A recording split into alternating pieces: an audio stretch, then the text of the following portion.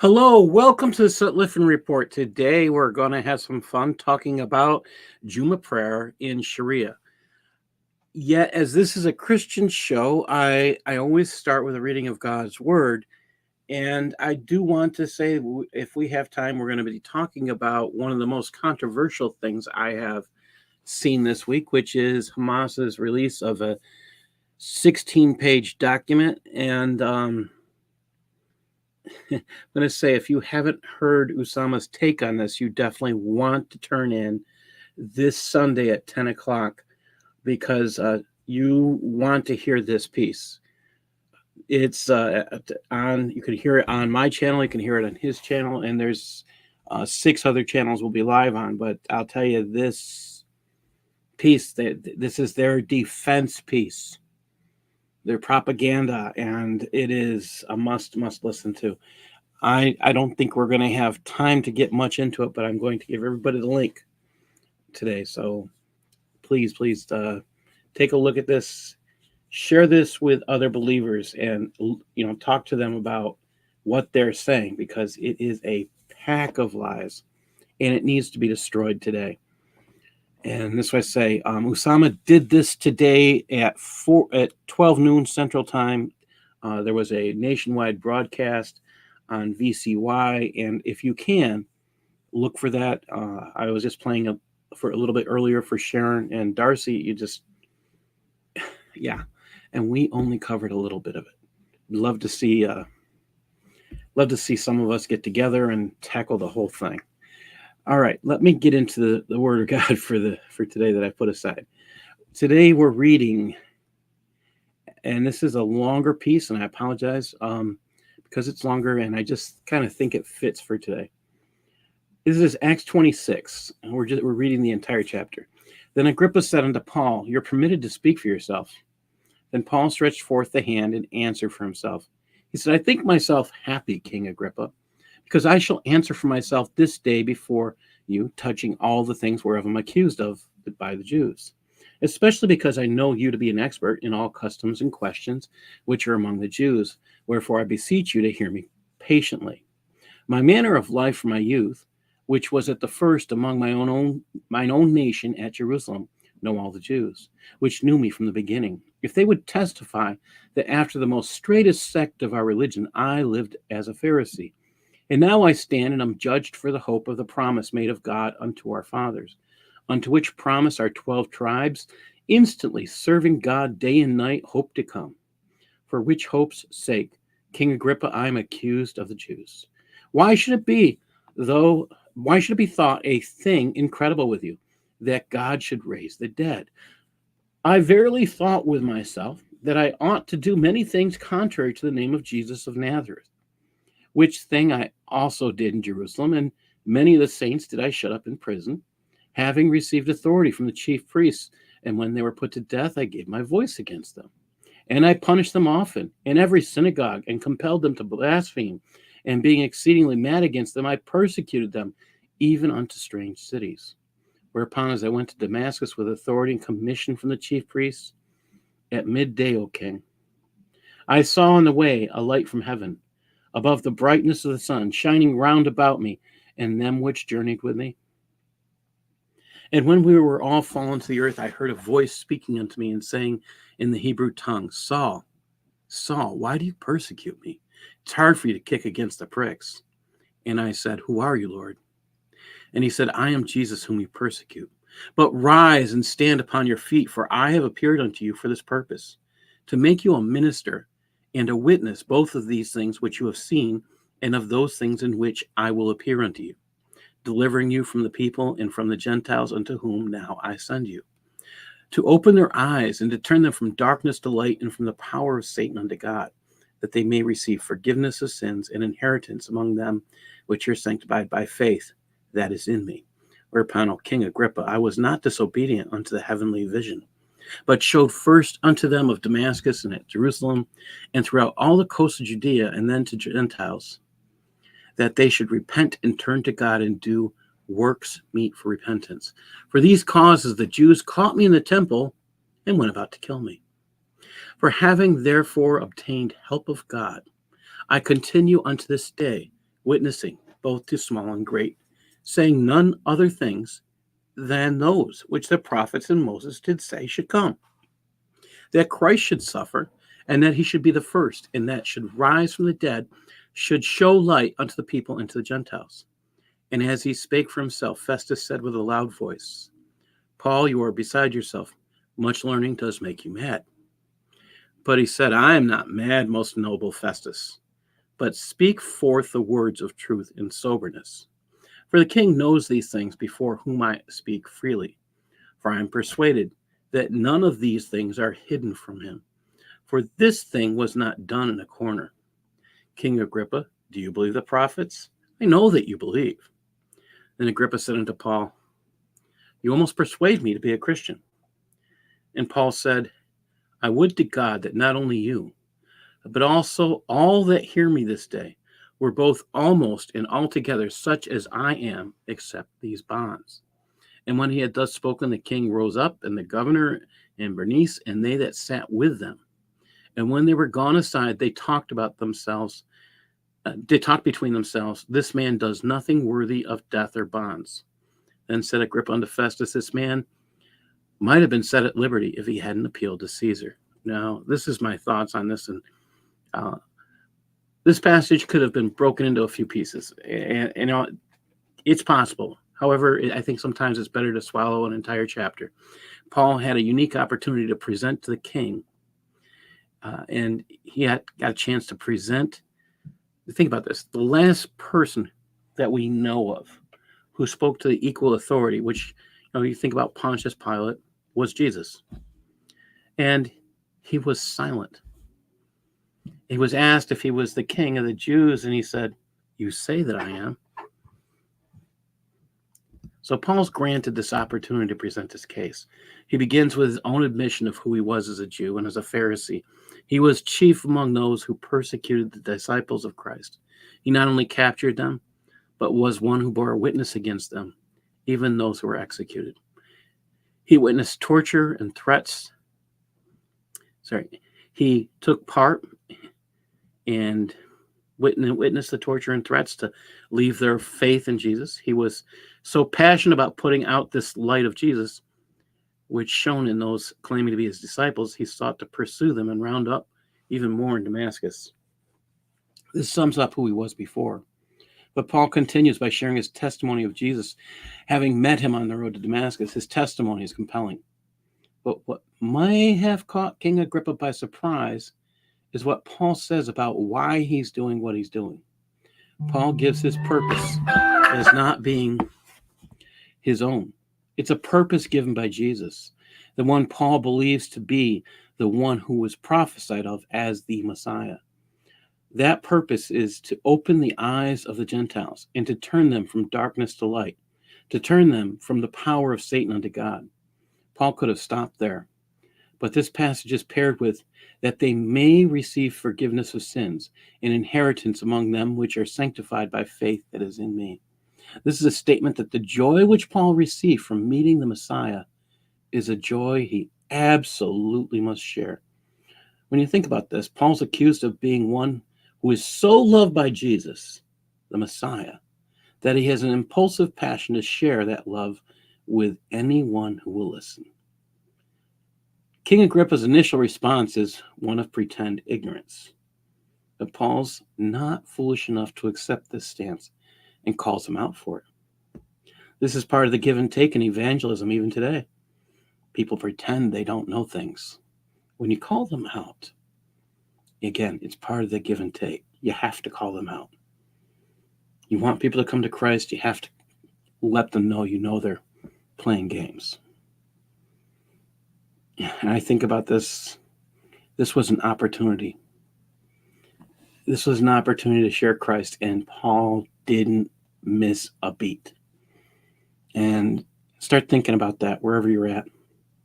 Ask God to send you to someone. And that's my hope in what we're doing today, is that we will also be doing that while we talk about Shariah, as we've been doing.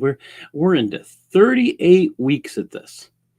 And it just seems, there's times, I'll be honest, I am tired of the section on prayer. I am looking forward to being done with this. We might be done next week or the week after. I'm not sure which. I am going to push to get it done next week. We only have these specialized sections on prayer. This is Jummah prayers. You have a couple other. You have the two Eids, and there's one other thing that there. I believe it's one other, or it might be two others. And I'm going to try and have this all finished, but I'm hoping by the end of next week. I'm just tired of section F. I'm tired of learning about a God that invalidates prayers. I mean, that just makes him little tiny to me. I just can't understand people who would worship a God. I mean, just like this headline here on this page says, if you don't have enough people to pray, you can't do it. What kind of God does this stuff? I'm going to prove you that it says this, and it's right in Shariah. And then we're going to talk about some things we've talked about before. And this stuff is mind-numbing. And I wish I had a better way to put it, but the tediousness of going through this. I've had enough brain numbing in the past 3 years. So. But how many of us, when we read something and we go through it quickly, but when you go through something slowly, you get a whole lot more out of it. And I think that's part of why I'm doing this. It's also because while I'm going through scripture, I am seriously taking my time. As you see, I kind of went through that chapter. It seems like I'm racing, but I don't think you can separate any of that. That's just, you could, but I don't think it'd be right at the same time. So I think you have to sit on things and chew them sometimes, and that's my best way to explain what I'm doing. All right, here we go. We are starting in F18.6. And Darcy, would you like to read first? Sure. F18.6. It is unlawful for someone obliged to pray their Friday prayer to travel after dawn on Friday before having prayed, unless there is a place on his route where the Friday prayer will take place, or he is going to travel with a group of people not obliged to pray the Friday prayer who are departing, such that his staying behind would entail harm for him. I think about this one. So if you're going to travel it's okay to travel if you're going to the mosque. Where does this concept come from? You remember that in the New Testament they talk about, well, you can't go so many steps when they're talking about the Jews. You can't do this, you can't do that on a Saturday, on a Sabbath day. Like, kind of amused by that when I think about it. Oh, you can't do this, you can't do that. But what was the real intention? Was to honor the Sabbath day, to keep it holy. Did God say you can't take so many steps? No. Some of this stuff is man-made, and this is just crazy. It's just crazy. We're going to go on to the next one. I'm trying to rush through this because, again, I will say this is getting tiresome. Sharon, could you read F18.7 down to D? Yeah. In addition to the usual conditions for the prayer, a valid Friday prayer also requires A, that it be a group prayer, B, that it take place during the time of noon prayer, C, that it follow 2 sermons, D, that its site be located among the dwellings of the community. Okay, wait a minute. Hold on for E. So now listen, this is where it gets interesting. We're going to talk about the sermon in a minute. But again, it's all these rules. Shariah is law. I'm being nice by saying rules. If you don't do this, okay, so you have to have a group prayer for Friday prayer. There are other prayers that would take place during this time, and we talked about that last week. If you pray the Friday prayer, you don't pray the other prayer. Oh, okay. Now, Has to be in a group. So I want you to think about your local prison, your local business where Muslims or wherever they're saying that they have to gather in group prayer. They must. It's a requirement. Okay. Here's the problem. Now, Sharon, can you read E? That there be a minimum of 40 participants who are male, have reached puberty, are sane, that leaves a lot out, and are local residents, meaning they live there and do not leave except when they need to. Though the minimum, according to Abu Hanifa, is 3 participants besides the imam. Do you want me to do All right. Oh. Wait a minute. So we got 40. Wait, you got to have 40 men, right? So in where I live, there is a bigger mosque, and all of the local mosques, which may have 5 to maybe 10 people going to each one of them. I have no idea how many mosques there are presently. You can have, they can all go there for every day for all their prayers if they choose to. But on Fridays, they all gather in one spot. And I've wondered about that for years. Why do they all go to the same mosque for Friday prayers? It's never made sense to me. This is the reason why. If you don't have 40 people, don't have 40 men. Yeah, we're not saying they wouldn't accept these imaginary genders concept. We're talking about male and female. We're not talking about the imaginary stuff. If you don't have 40 men, you can't pray. Now it's 39. Actually, you got the imam, and you have to have 39 more. Like, wow. So in the prison system, let's say you've said, okay, you can have your Friday prayers. There's 15. Well, you can do your normal prayers in your room or whatever. You don't have to have group prayer if you have less than 40. So, you hear people getting sued because they say they have a right to group prayer and you have to provide a spot for us. Wait a minute. If there's less than 40, you don't have a right to group prayer because it's not required. In fact, they tell you can't do it. So, show me you have 40 that are going to show up every time. And the minute you stop having 40, yeah, because legally under Shariah, you have to have 40. This Abu Hanifa is an outlier, and that's what they're saying. Well, you have to have 3 besides the imam. Think about that. That's 4 people together. Are there schools where you won't find 4? Absolutely. So what about prisons? Absolutely.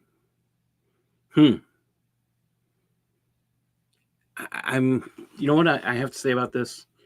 I'm glad I'm a believer. Why? Because in Matthew 18:20, it says, for where 2 or 3 are gathered together in my name, there I am in the midst of them. And this God, Jesus, does not negate our prayers if we don't have 40.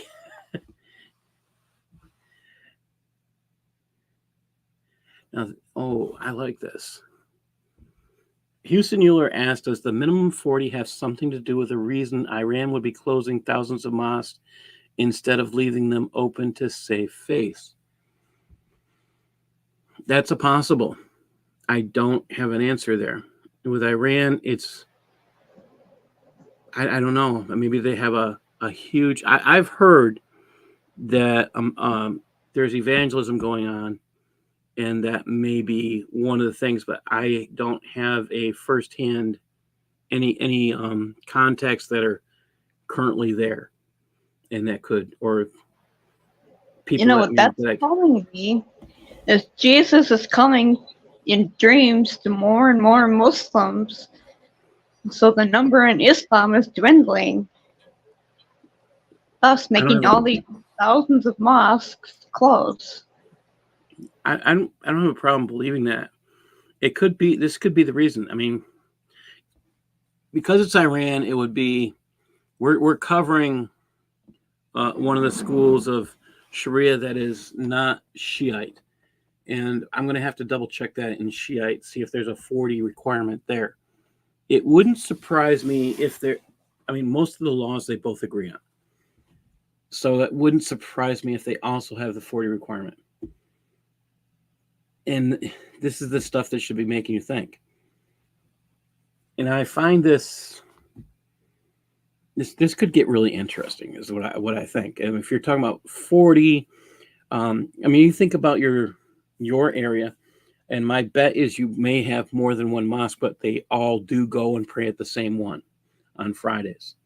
When I was in St. Cloud, Minnesota, I saw that. Been a few different places where I've actually seen this all going to the same particular place for Friday prayers. When you think about another problem with that, that makes the person who leads prayers or is the head imam, or however they want to put it, responsible, or is a head of all these other groups. They have to coordinate. They have to work together. So it gives them a little bit of authority. Or, you know, they have to be cooperative. And that's the truth about that matter. But having to have 40, I don't know. Sharon, can you read F2 as well? And that in places where it is no hardship for everyone to pray at one location, there be no other Friday prayer prior to or simultaneous with it. Example, in the opening, Allahu Akbar of the prayer. I hate saying that word. Yeah. So think about this. On the right, take a look at this. If they miss the 40 days, this is my Google Translate, and then this is not a perfect translation. The imam is one of 40.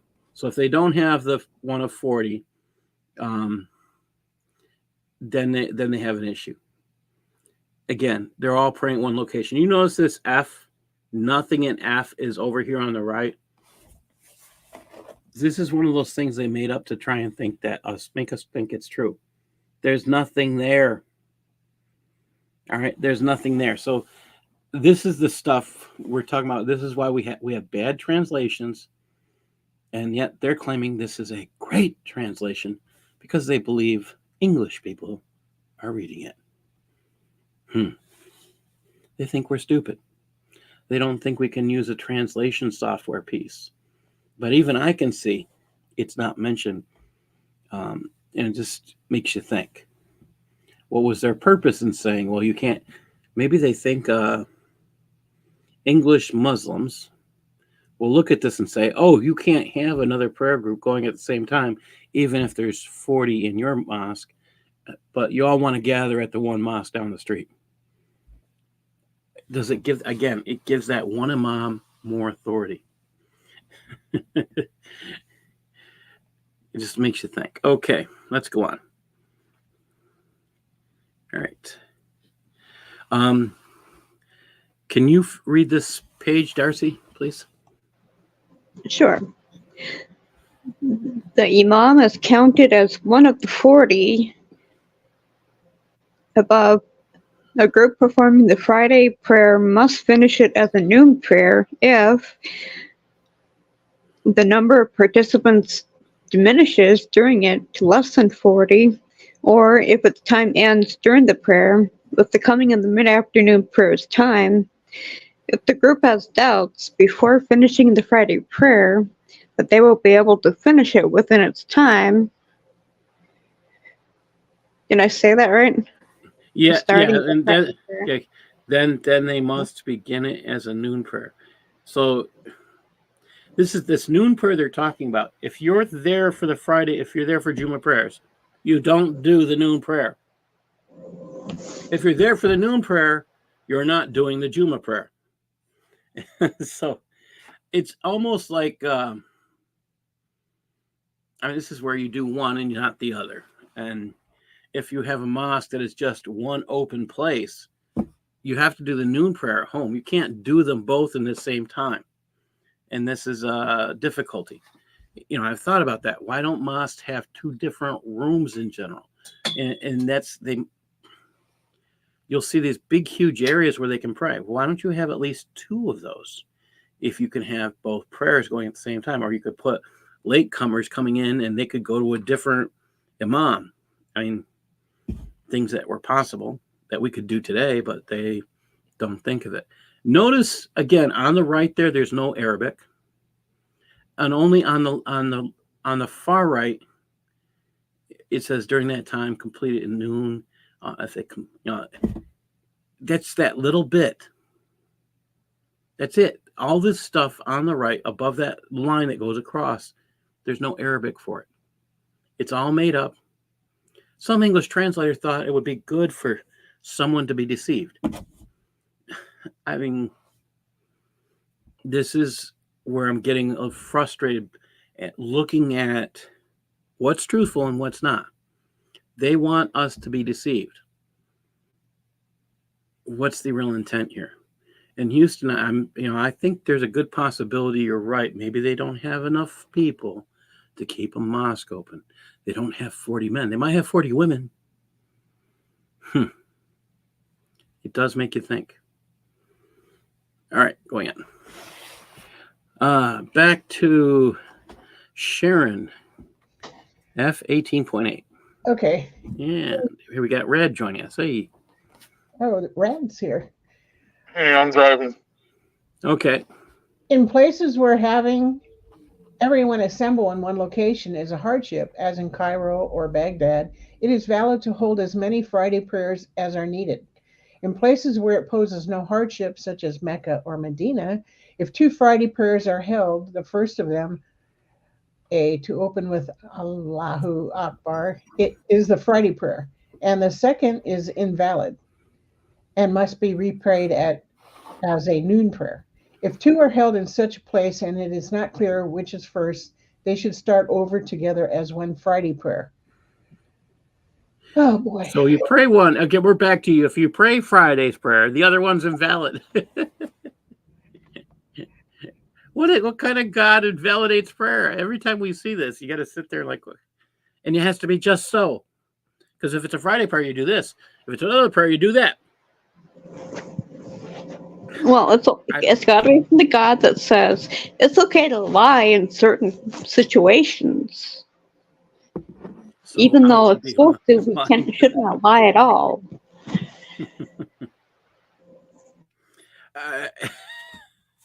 And again, Jesus would not accept these things that they're doing as prayer. He would call them vain repetitions, because all they're doing is going through motions, repeating surahs, and in the midst of it, you bang your head on the ground, you get a nice little mark right here, and you go around proud because you earned that mark by banging your head.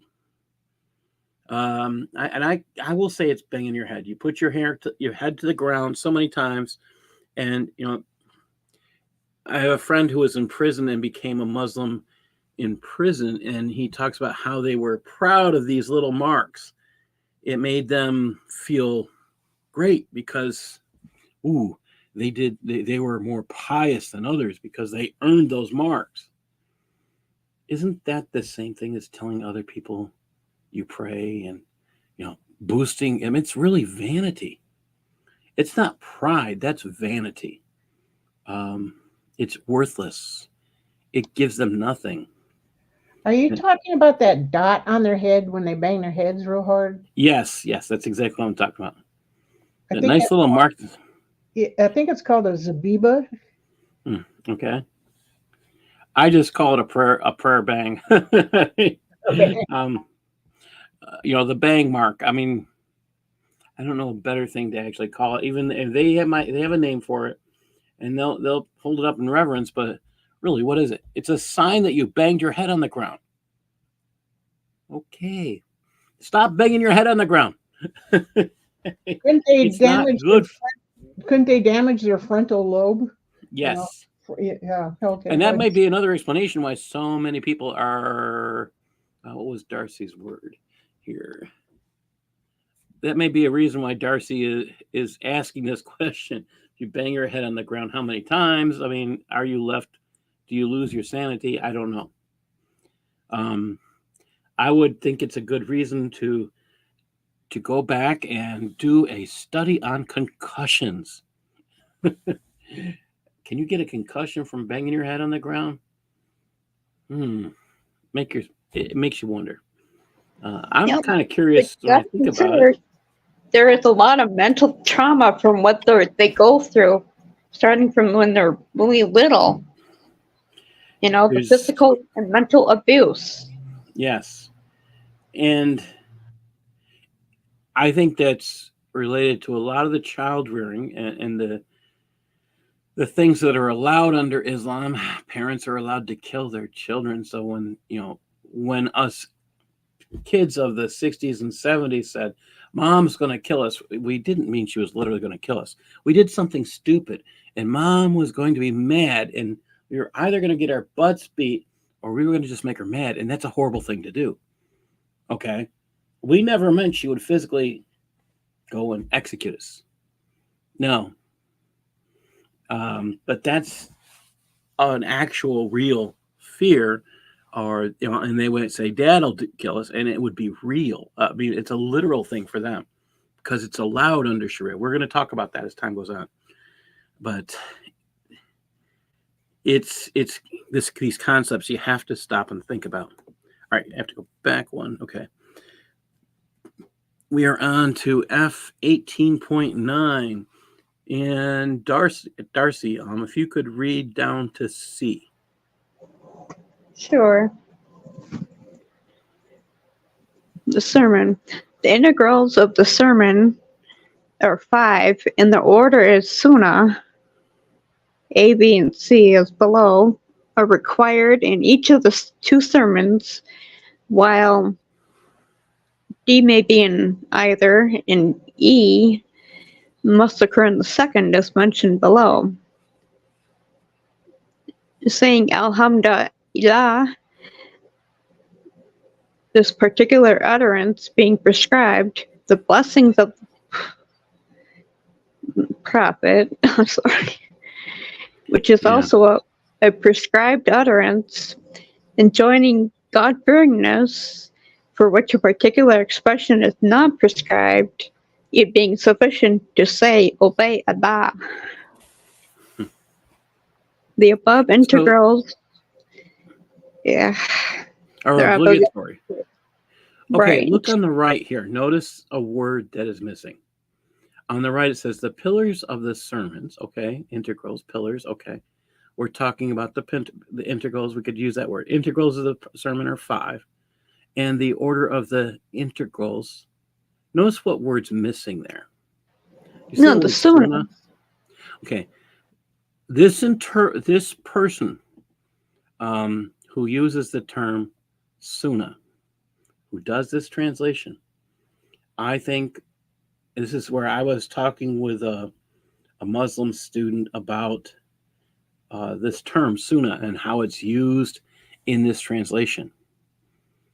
And he actually got upset that it was being used like this. I mean, he didn't know I said that, we were talking, and I let him know I'm studying myself, studying Shariah myself. And he thought it was fascinating, that somebody would do that. And I'm looking at this and I'm like, what do you think of this word being used to mean something it doesn't mean? It got him really upset. And I get that. I think this is scary, this misuse of the word Sunnah. I think it needs to be reserved for meaning it. When you say something Sunnah, it means it's a requirement, or it is in the hadiths and the sirahs. All right? When you're saying something is Sunnah, it's there. It's part of Islam because it's in their scriptures. And this meaning that they're giving here, well, it's part of the Sharia. That's not what that means. And I have this problem. And Don Karib came up with a name for the headbang. Zabiba. All right. Good. All right. Darcy, can you read D and E also, please? Reciting one verse of the Quran that conveys an intended meaning, such as a promise, a threat, exhortation, or similar, in at least one of the two sermons, and to supplicate for believers, male and female, in the second of the two sermons. So if you listen to this, we've already talked about having to have 40 guys, 40 males. And now we're talking about a mixed congregation. Did you hear this? And to supplicate for believers, male and female. So this is now a mixed congregation. And most are not. Are the females being kept separate in another room? We know that during the time of Muhammad, in the time when the hadiths were written, they weren't separate. There's a reason why, and we're going to come up to it shortly. And the reason why we know that, it's something to think about. Why do they have to separate the sexes? Is there actually an order to do so in the Sunnah, the hadiths? There's nothing really there in the Quran. We haven't seen anything. Where does this order come from to separate? And even here in the Shariah, there's a reference to them being together for Friday prayers. Start asking questions. If Muslims read this, why aren't they asking the questions? Why do we have separate areas? I mean, that would be, if I was a female reading this and I was a Muslim, I'd like to know, okay, why aren't we together if we're reading about Friday prayers and they're together? It makes you wonder. And again, this is another interesting part is they actually refer to two sermons. They have to say these things in this order. When I talk to Muslims about this, they think of it as a singular sermon.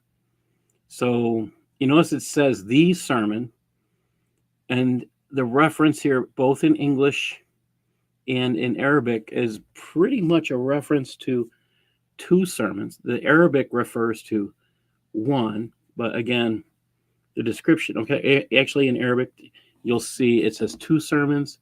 Over on the left, you'll see it's talking about two sermons. So again, I think it's interesting that they're referring to two sermons. What's in this sermon? They give praise to the person they believe is God. Okay. Prayers be upon the messenger of Allah. I have a problem. Are Muslims okay with praying for the dead? And I'm not aware of that. Prayers being upon the messenger of Allah. Well, he's dead, right? Why are you praying upon him? I mean, do you pray for dead people? And most Muslims will tell you no, they don't pray for dead people. But it says prayers be upon the messenger of Allah, and he's dead, right? I mean, if he's not dead, are you making him the partner of Allah? Oh. Well, so why? I mean, these are questions that should be asked. And then it goes on. And the commandment to fear God. This must be done with fearing God is, or they would say fear Allah. Allah is only saying in the Quran to fear him, so that's nothing unusual. The fourth is the reading of the verse that they're going to read and understand. Okay, that's the sermon. The fifth is a supplication for the believing people and believing women. So again, this is the mixed congregation. It's in there in the English and it's there in the Arabic. Kind of surprising. All right, let's go on. Okay. Let's see. Sharon, can you read this part? And we'll read down to where it's read down to the end of the third paragraph. Do you want me to start with the N? That sounds like the previous one. Yeah, okay, so let me go back. And to supplicate the believers, male and female, in the second of the two sermons, and if you could start there. Okay, which must be for their hereafter as supplications for this world alone do not fulfill the integral. The following Well, hold on a second. Let's think about that one. And to supplicate for the believers, male and female, in the second of the two sermons, all right, which must be for the hereafter. So are we praying for the dead now? That sounds like it. The hereafter is usually, Are we praying for when they die, or are we praying for, I mean, it says you're praying here for the believing men and women. So we're praying for after they're gone? Okay, we pray that you make it to heaven. We pray that you don't spend a long time in hell, because that's where the Quran says all the Muslims are going. Oh,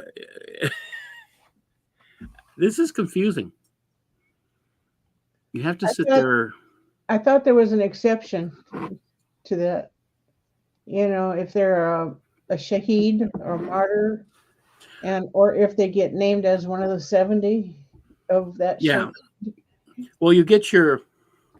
Yeah, that's so. If you get one of those 70 virgins that get given away, and sorry, I just did that. If you get one of those 70 virgins, it doesn't say go there immediately. So you might be in hell, and they give you a huri, which looks really gross. I mean, black-eyed, translucent skin where you can see its bones. I mean, it's pretty horrible to think about. Yeah, it sounds like a skeletal, like you're making out with a demonic creature. Oof. And you're giving it to women? It's supposed to be a female. Okay. Yeah. Things you're not supposed to. Okay. Start asking questions. This is how the women get to their concept of heaven, which is a garden. Ugh. All right. Let's look at the parenthesis and that second paragraph. And is a note, by the way. Okay. The following sermon added here by the translator from the commentary at M2 has been related by two chains of transmission, one ascribing it to Ibn Masud, yeah, and the other through him to the prophet.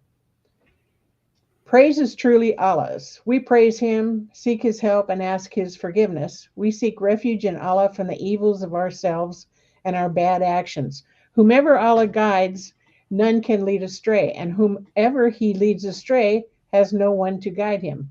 I testify that there is no God but Allah alone, without any partner, and that Muhammad is his slave and messenger.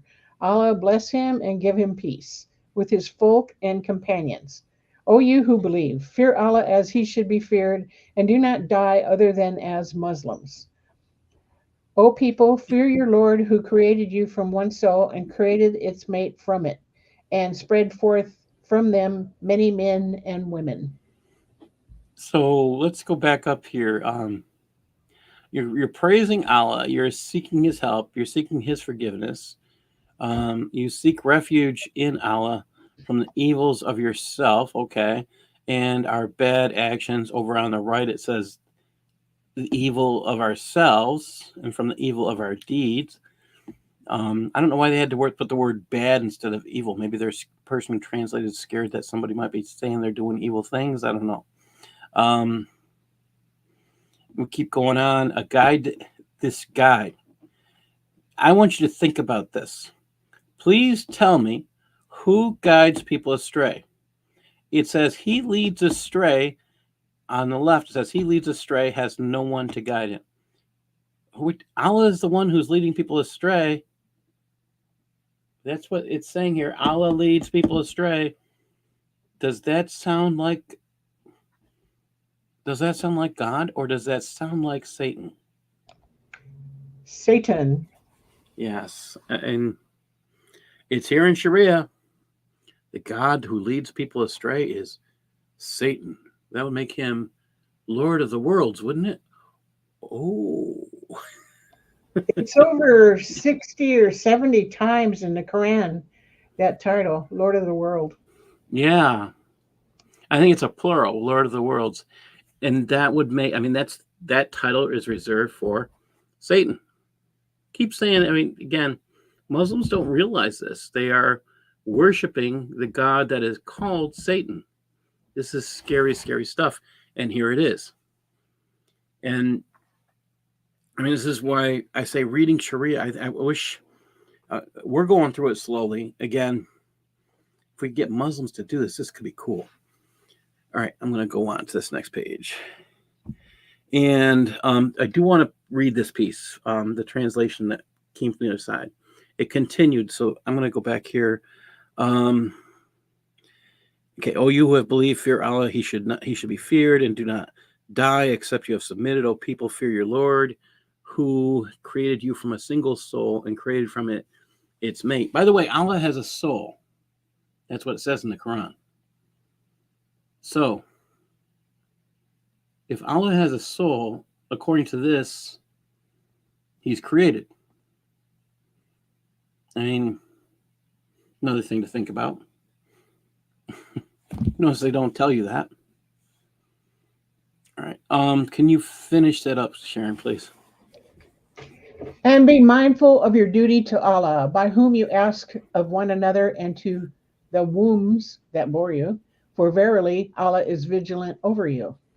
Quran 4, verse 1. This sermon fulfills conditions A, B, C, and D above. A, the rest of the sermon may be in any language, and after sitting briefly, one rises and says, Alhamdulillah. The blessings on the Prophet enjoins the people to fear Allah and must add a supplication for the Muslims, such as saying, "Oh Allah, forgive the believers." And this is this. Okay, notice this "and" here in the front. That's just a repetition of what's up here. It's just a repetition. It's a note, but it's, again, that stuff's not there. There's nothing there. There's no Arabic with this. And to me, this, right, we are, okay, so we're here. The joy of pushing buttons accidentally. Sorry about that. Again, looking at these things, looking at the way they're translating, why is there such a need to hide things from us? Why not just simply translate it correctly? Why hide these things? And that just makes me think. Let's see. Darcy, can you read 18.10 for us, please? Sure. The conditions of the two sermons are A, of the speaker being in a state of purity from minor and major ritual impurity and from filth. That is, B, that his nakedness be clothed. C, that the two sermons occur during the noon's prayer time before performing the two rakas of the Friday prayer. D, that the speaker be standing during them, if able. E, that he sit down between the two. F, and that his voice be loud enough for the 40 required participants to hear the sermon's integrals. So if he's a quiet guy, he's not allowed to talk. So he can't have the position of giving a sermon. Interesting point. Okay, I'd say, yeah, if you're going to talk quietly, yeah, you probably shouldn't be doing a sermon. It's like you get a teacher. I mean, you may have had this. You get a teacher, and they talk like this. They talk so quietly, you can barely hear them. No, most teachers come in, they have what they call a teacher voice, and they project. Some pastors are good enough, they don't really need a microphone. George Whitefield was here in the United States, in Boston, preaching. And Benjamin Franklin heard him. And he thought he could be heard. I think it was 50,000 people, just the way he projected his voice. I mean, that's a booming voice. I might be wrong on that figure. I can't remember the last time I actually looked at that, but it's some amazing amount of people that he thought that he could reach. By the way, it does say nakedness on the left, doesn't it? Darcy, you read about nakedness, right? Yeah. Okay, let's take a look on the right. Do you see the word nakedness anywhere over there? We have a condition for purity, occur at noon before the prayer, standing. We have sitting. We have raising the voice, but no nakedness. Why do you think that is? Again, they didn't put it in the Arabic, so why are they putting it in the English? Maybe they don't want a naked guy getting up because they don't need to read Arabic. They don't want to. Yeah, they don't want a naked. They want a naked guy getting up and saying, "Okay." They figure people who don't know Arabic might just go naked. Oh, I mean, your prayer is invalidated if you appear. Wait, no, I know why. You're allowed to pray naked. Yeah, I think they have the nudist colonies over there, and they don't know. So you have to be clothed if you are, if you're giving the sermon. Okay, but as we said earlier, you think about this. They said you can, in Shariah, it says you can pray naked if you don't have any clothes. But you're not supposed to, but only if you don't have any clothes and nobody can loan them to you. Or you can't take them because you feel like you'll owe them. Really, if you borrow someone's clothes, are you not going to owe them? Some of these things. Okay. So they can just come naked. But your guy who's... And remember, this is not in the Arabic. So they're lying to us so you can be naked and you can give a sermon for Friday prayers. Oh boy. Why was that important? I mean, does it really need to be said? Yeah. Wow. Yeah, and this is Mo complained about an effeminate man leading the prayer. And we're going to get into that. And we kind of did that when we talked about silk, gold, and silver. And they keep talking about effeminate men. Well, that might be because they keep, in the Quran, it talks about some things that are pretty nasty. And the Hadiths record Muhammad having some very interesting relationships that are not with women.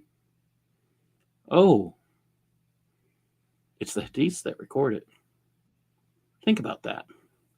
We don't have to do any work to get that in. Hey, Rad, glad to have you back. We're talking about, I don't know if you caught it earlier, we were talking about naked speakers in Islam. All right, going on. Yeah, I came in on that naked praying naked. Yeah.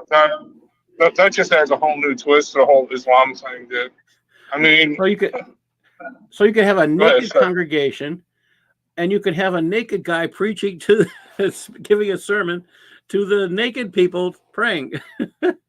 wow, yeah, that's religious bias right there. Oh, well, I mean, they told us in English that you got to be clothed, but in Arabic, there's nothing there about being clothed. Oh, really? Interesting. Well, wait, do the women still have to be hijabs? I mean, I'm just There's saying. nothing here. Well, if the women are naked and the men are naked. Oh my gosh. All right. Keep thinking this way. It sounds horrible, but you'll start to, yeah. Let's see. Oh, here we go. Houston Euler says, you said they can pray naked and that men and women were originally allowed to pray together. This wouldn't go. Yes, that's true. Andrew Martin said, in our opinion, one should not offer the salat. Oh, Al-Zuri said, in our opinion, one should not offer the prayer behind an effeminate person unless there is no alternative. Yes, that's in there. Yeah, and you know what? I'll agree with him on that. I'm not going to go to a church where there's a guy pretending to be a female with his voice or his personality or whatever. I'm going to have a hard time with that because that doesn't agree with Romans 1. Okay, that's against Romans 1. Oh, boy. I can't repeat that one, John. Oh my gosh. Keep thinking that way, John. You're gonna hear. We're gonna keep going. Yeah, let's keep going. This is getting good. All right. All right. We're up to F18.11. Red, are you home yet?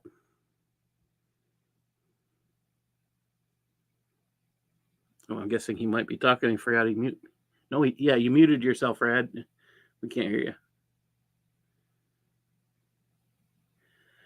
No, I'm still out. Sorry. Okay.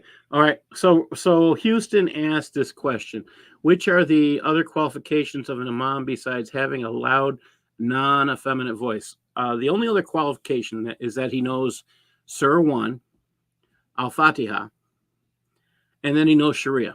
That's it. You don't actually have to know the Quran. You don't have to know who Muhammad is much at all. You don't have to have, there's no other requirements. You have to know Shariah. So you can know how prayer is invalidated. Yeah. Yeah, start thinking about this. All right. Sharon, you just read Darcy's turn. We're going to go right down to, read all the way down to 3. Okay. The sunnahs of the sermon include that the speaker stand in a pulpit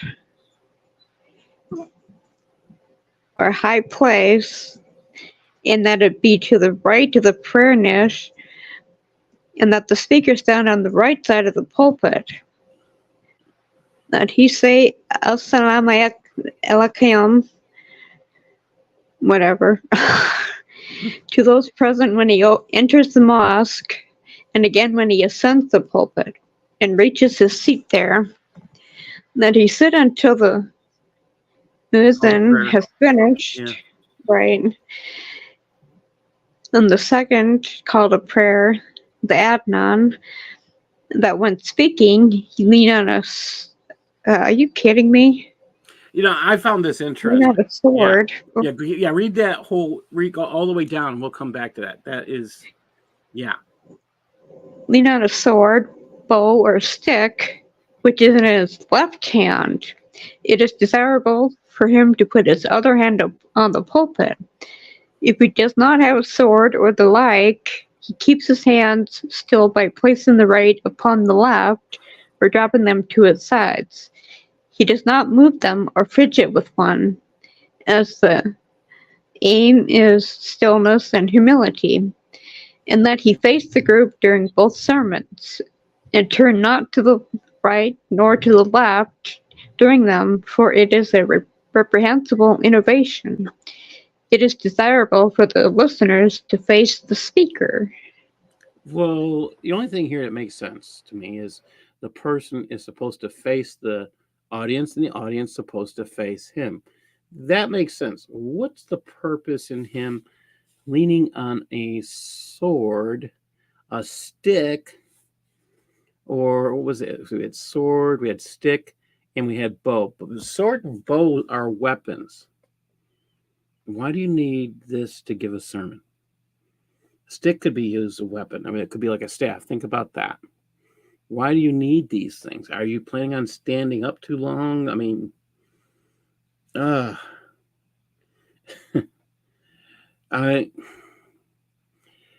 this stuff you just got to sit there and go.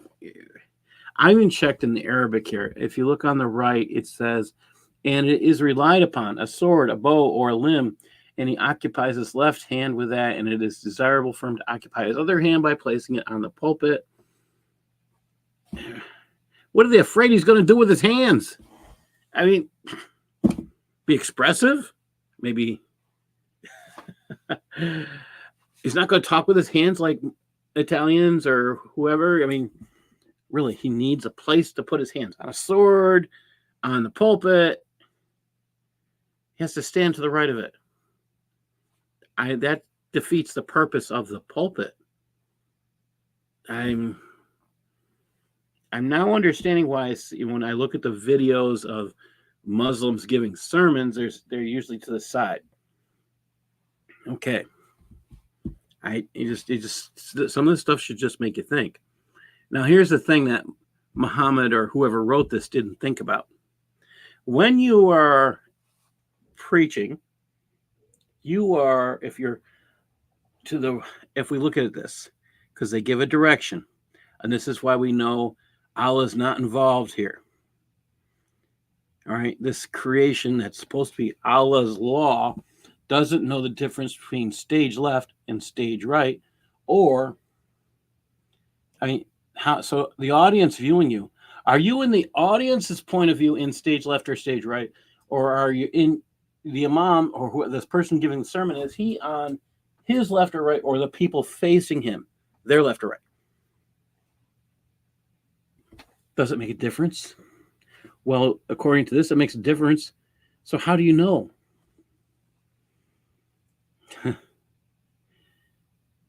Yeah, and this is interesting. Yeah, Andrew Martin said, not sure why a spear or lance is forbidden unless they're too big. Yeah. Some of these things you just, like, yeah, I mean, what's the deal here? I mean, some of these things just kind of weird. All right, we're going to keep going. Kind of mind-numbing. All right. We're up to the description of the Friday prayer. And we're back to Sharon. The Friday prayer consists of 2 rakas. It is sunnah for the imam to recite al-Jummahs, or al-Jummah, whatever that is. Quran 62. In the first rakah, meaning the entire surah, the sunnah being to make the sermon brief and the rakas long. Though wisdom must be used in deciding how much those present will accept. And Munafiqan, Quran 63, in the second rakah. Following the sunnah from a hadith supported. I'm sorry, I'm screwing up. Reported. It's shrunk. That I don't know why it did that, but following it's copied that way. From a hadith reported by Muslim, who also reported that the Prophet sometimes recited Quran 87 in the first rakah of the Friday prayer and Quran 88 in the second. I'm sorry, those words I have. Well, I have difficulty with them, so I'm never going to complain. So I don't necessarily know how to pronounce them either. When I look at these, if you look at these passages that they're talking about, they are very, very, very short. In general, I mean, we're talking about the end of the Quran towards the end. As you go down, things are very. We're talking about Quran 87, 88. Let's just pull it down. I'll show you how many verses we're talking about. 87. Okay. And there's no reason why they couldn't have just said this stuff rather than just. Okay, they could have said how many. Okay, this is Quran 87. Okay, look how big it is. It's a whole 19 ayahs or verses, and you could repeat this. This is less than a paragraph. Okay, it's just slightly shorter. I mean, slightly longer than Surah 1. All right, which is again not part of the Quran according to Muhammad's companions. Things you have to sit there and go, oh. I mean, let's look at the 88th chapter. Oh, okay. How many do we have here? Oh, there's 26. Is it really much longer? Or maybe it might be a couple of lines longer. But these are really short. And why do they get prayed? Because they're short. Yeah. That's what it comes down to. You pray these things because they're short, not because it's the right thing to do. You pray them because it's short. And you can't think your own thoughts. You have to pray. The only way you're allowed to pray is by repeating stuff that you're supposed to learn in Arabic. But again, all right, I'm not sure which one you are, Red, but you're here twice. Yeah, I went to a dead zone, so this is me, so you tell me. All right. Okay. We're back to Darcy, F18.13. Okay. A latecomer who joins the group prayer in time to bow and remain motionless a moment therein while the imam is still bowing in the second rak'ah is legally considered to have attended the Friday prayer, though such a person must rise after the imam has finished with salams to pray the rak'ah he missed. If the latecomer joins the group after this point, he has missed the Friday prayer obligatorily, intends performing the Friday prayer anyway, and follows the imam in case the imam has omitted an integral and has to repeat a rak'ah, in which event the newcomer will have attended the Friday prayer. So wait a minute. If you come later, you get all the benefits. Why not come later? I mean, that's what they said, right? You come later, you don't have to do it, but you get counted. Your prayer gets counted. And this is the other part that we laughed about before. If you come late, that's a benefit. Why come on time? When I read this stuff, it makes me wonder why. I mean, I don't know that Muslims have a problem with it. Actually, the one that I see every day in general, he could. I mean, I see him on time most days. So I look at. I don't understand if this is how you treat prayer. You can come late all the time. Why would you show up on time? There's no real benefit. There's a benefit if you don't show up on time. You don't have to do some of this stuff. I mean, Okay, this is interesting. This is interesting. Houston said they probably had to prescribe the short ones to talking about the short surahs to defend against imams wanting to show their piety by selecting Surah 2 with its 300 verses. That could be okay. Yeah, that's for we were talking about the short verses. Yeah. Can you imagine reading? Yeah. And by the way, if you understand, if you look at the Tasfirs, Surah 2 was longer. Yes. And there's another one that's supposed to be just as long, if not longer. Oh, think about that, because you don't have the entire thing. The only one that has that is this tablet in the garden or wherever. Yeah, that's supposed to be uncorrupted. All right, we're going on. Hopefully, we're going to get near this. What about that last sentence? But if this does not happen, when the imam finishes with salams, latecomer rises and completes his prayer as a noon prayer, not Friday. This is where this is the deal where, so you get special credit with their God Allah, if you do the Jummah prayer, and if you don't do the Jummah prayer, you got to do the noon prayer. Okay, so you don't get credit. This is the thing that kills me. Special credit for doing Friday prayer, but you don't get special credit when you do the noon prayer on Fridays. If you do the Jummah prayer, you don't do the noon prayer because it invalidates your ability to do the noon prayer. So that would be praying, then praying again. Lots of questions. Yeah. Think about this. Just, yeah. Legally considered to have attended. Yeah.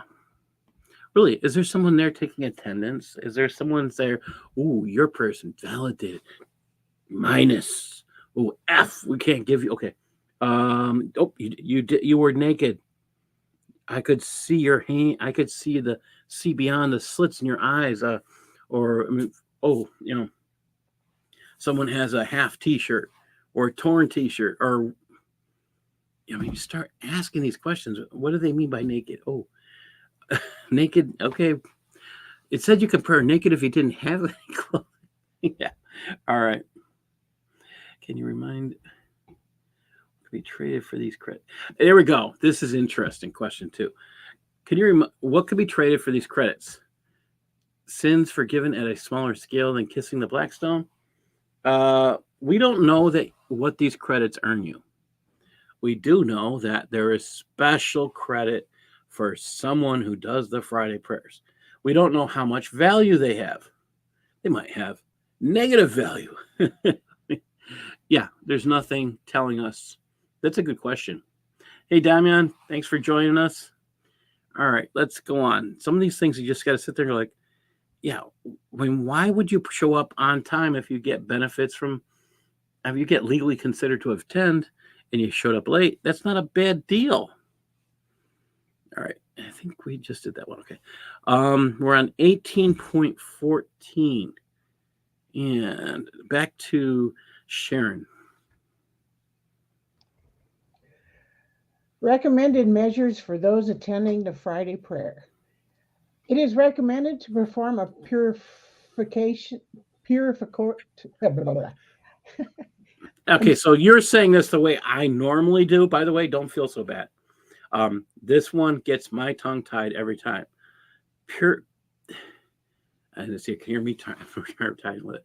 Purificatory. Okay, purificatory bath or ghusl.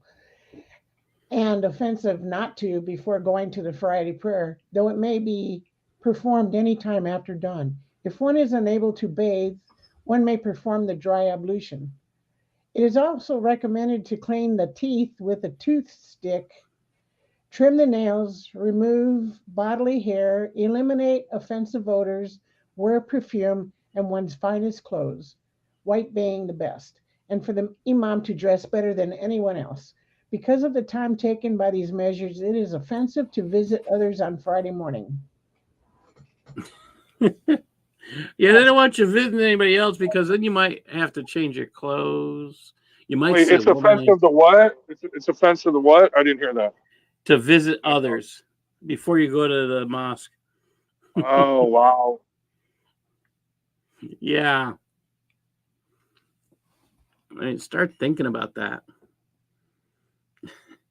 Yes, it's the clean dirt, the good dirt, the dirt that doesn't have dung in it. What about the ants' dung? What about the spider's dung? Okay. No camel dung. Okay, no camel dung. No. Yeah, it's good dirt. Wash the woman off you. Ugh. Yeah, that's. I mean, you gotta sit here. If you look at this, okay, they're saying you have to trim your nails, you have to trim your body hair. Okay, offensive odors. Please take a shower. Please bathe. Yeah, nobody wants to sit next to. Nobody wants to be that close to somebody and have to smell their body odor. I'm all for that one. Please take a bath. The idea that the imam has to dress better than anyone else. Are you paying him more than anyone else? Where he can buy those $300 suits, or he can buy those $1,000 suits, or $5,000. Let him go buy designer clothes. Oh, he's spending $10,000 a suit. Okay, you're giving them the money to do it. Why not? Are they supposed to call him ahead of time to ask, what he's wearing so they don't overpower his clothes with theirs? That's a good question. Which in general, means the imam wears white, and they have just said in here. This is another interesting point. They said in here you should, white's the best. It says white being the best, but the one who's supposed to be wearing white that will help him stand out is the imam. So are they telling everyone to wear white? And the answer is no. The one who's the best is wearing the white, and that's generally the imam. I guess that's what they're saying. Are they saying white is better than black? Are they being racist here? This is the guy who sold 2 black slaves to buy 1 white slave. Yeah, I don't know, but it's something to think about. I like your question, Darcy. What are they supposed to call him? I mean, check. What are you wearing today? I've got a white. Oh, wait. Okay. Shh, don't tell anybody I'm wearing white silk shirt. You're not supposed to wear silk. You're a guy. Yeah. things you get in the Shariah. Okay. We're going on. Okay. Sharon, you just read, right? Yeah. Okay. Yeah. We're up to Yeah. Darcy. Here we go. It's recommended. It's recommended to arrive early, which is recommended for everyone besides the imam, so as to take a seat and wait for the prayer. The best time being from dawn on. To come on foot in tranquility, dignity, and not to ride to the mosque unless there is an excuse, such as old age, weakness, or being so far from the mosque that the fatigue of walking would obviate one's humility and presence of mind in the prayer. To sit near the imam and to invoke Allah, both on the way and at the mosque before the sermon, and to recite the Quran and invoke blessings on the Prophet. So, the couple things that got me here. Okay, arriving early. Okay, that makes sense. You should always arrive. I'm not saying I'm perfectly on time all the time.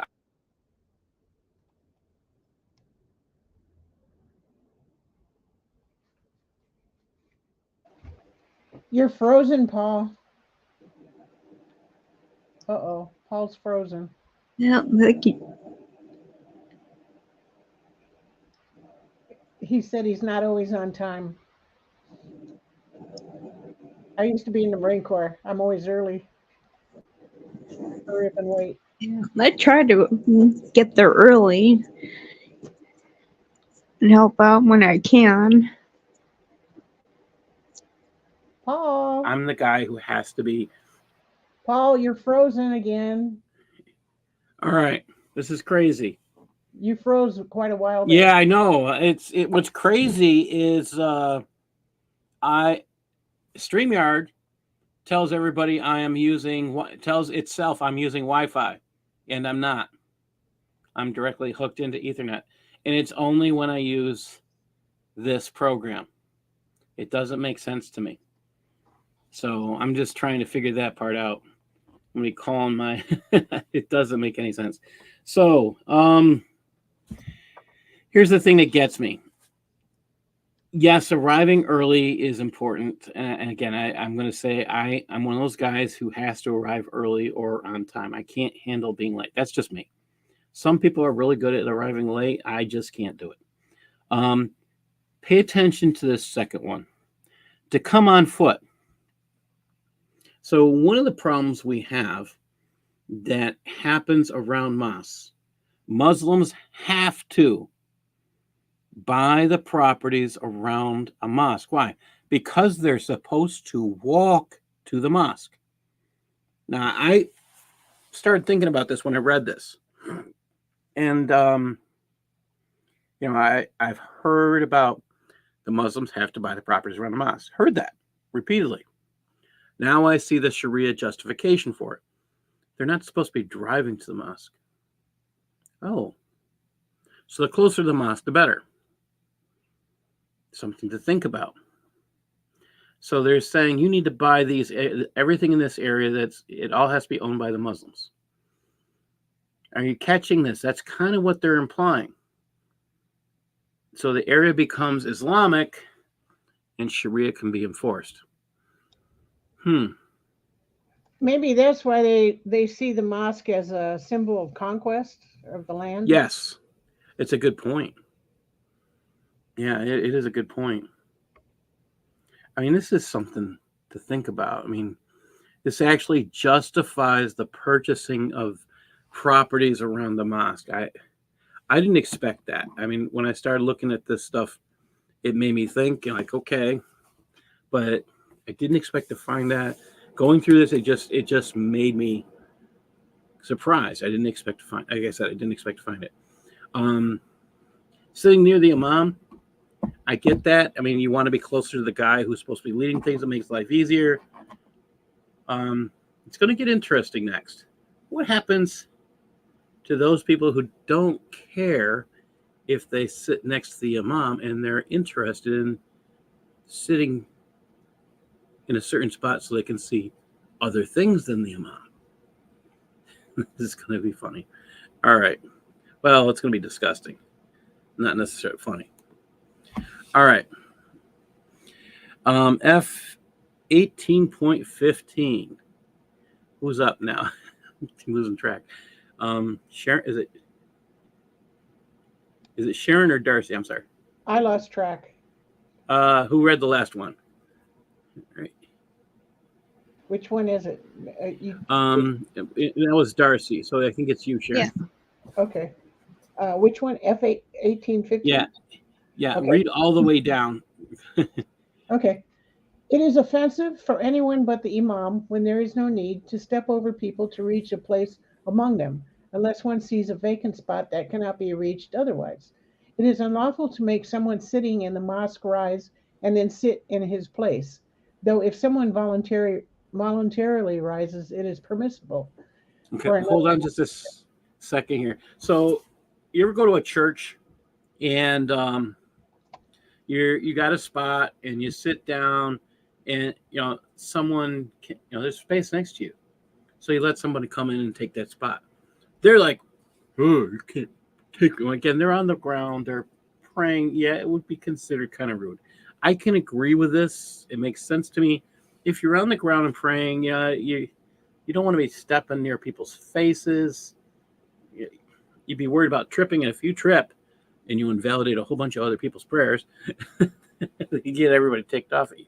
No, I can agree with the concept. All right, let's read F 18.16, and it's going to get kind of nasty. It is offensive to give another person one's place in the front row, in closeness to the imam, or to put others ahead of oneself in performing any act of worship, as is proved by the rigorously authenticated hadith, Sahih hadith. People keep staying behind until Allah keeps them behind. As for Allah's saying, preferring others to themselves, though poverty be their lot. Quran 59:9. All right. And when I was just talking to Usama because there was a translation problem with F 18.15. And the Google Translate was actually what I would say is gobbledygook for this. And when I talked to Usama, he says, no, it's exactly what it says on the left. This one was exactly, it says all of what it said on the left is what it said. I'm taking his word for it. I can't, he was giving me pretty much word for word. I can't put it all up like I can't read the Arabic, so I'm going to have to trust. F 18.16. I want you to think about this. It's hated that some will be in the front line when they pray and with everyone near, they'll be against everything that's not mentioned. And they proved that with the correct hadith, and still some people will delay them. Okay. Usama said that this has to do with men purposely arising late for prayer to be behind the men that came late so they can look at the females' butts that are in front of them. If you remember your teenage years, guys, and you're sitting there looking at the girls, you wouldn't have minded sitting in those places. I'm picking on the teenage years. Yeah, you're thinking like that. You get that teenage mindset. Oh, these guys have that mindset when they're 60, 70, 80, and we call them dirty old men. Okay. It gets better. Quran 15:24 says, and indeed we know who among you comes before, and indeed we know who will come later. Al-Qurtubi's interpretation of this is all about guys coming late to look at a certain girl's behind. Oh. Yeah. It's nice to know that the Quran is just as perverted as we think it is, according to Islamic scholars. One of the best of them, Al-Qurtubi. Oh, think about that. Yeah, come late to prayer so you can look at the girls, but don't worry about that your prayer's not invalidated because you got lust in your heart. Wait. Did they say if you had lust in your heart, prayer's invalidated?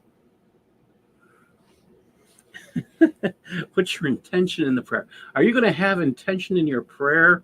I mean, honest intention in your prayer to worship or to pray to your Allah when you're thinking about that butt behind that's right in front of you? Yeah. Yeah, here we go. Nicodemus is right on target. I think the Muslim mistook Paul saying it's better to marry than to burn. For them, muta is the same as marrying. Allegedly. All right. Here we go. All right. I mean, yeah. F18. Oh, yeah, we're getting there. All right. We're going to go on to the next one. All right. All right, we're going to finish this one. All right. I'll do this. It refers to things that relate to the physical self, such as feeding a. Okay. Okay. F16, and it goes on. It refers to things that relate to the physical self, such as feeding a hungry person, blah, blah, blah, when no one needs the food. In case, you know, the big problem I had here, I got to come back to it. Where was it? I saw, I'm going to just come back to this piece here. Quran 59:9, and I can't highlight it because it's a picture. My problem with this passage is it's very selfish. And what do I mean by that? It's preferring yourself to others. That's not how Christianity, Judaism, and I would say most other faith structures work. The idea is that you treat others better than yourself. And even in this passage that has to do with lust, they're even talking about themselves. A person who has lust is always thinking about himself.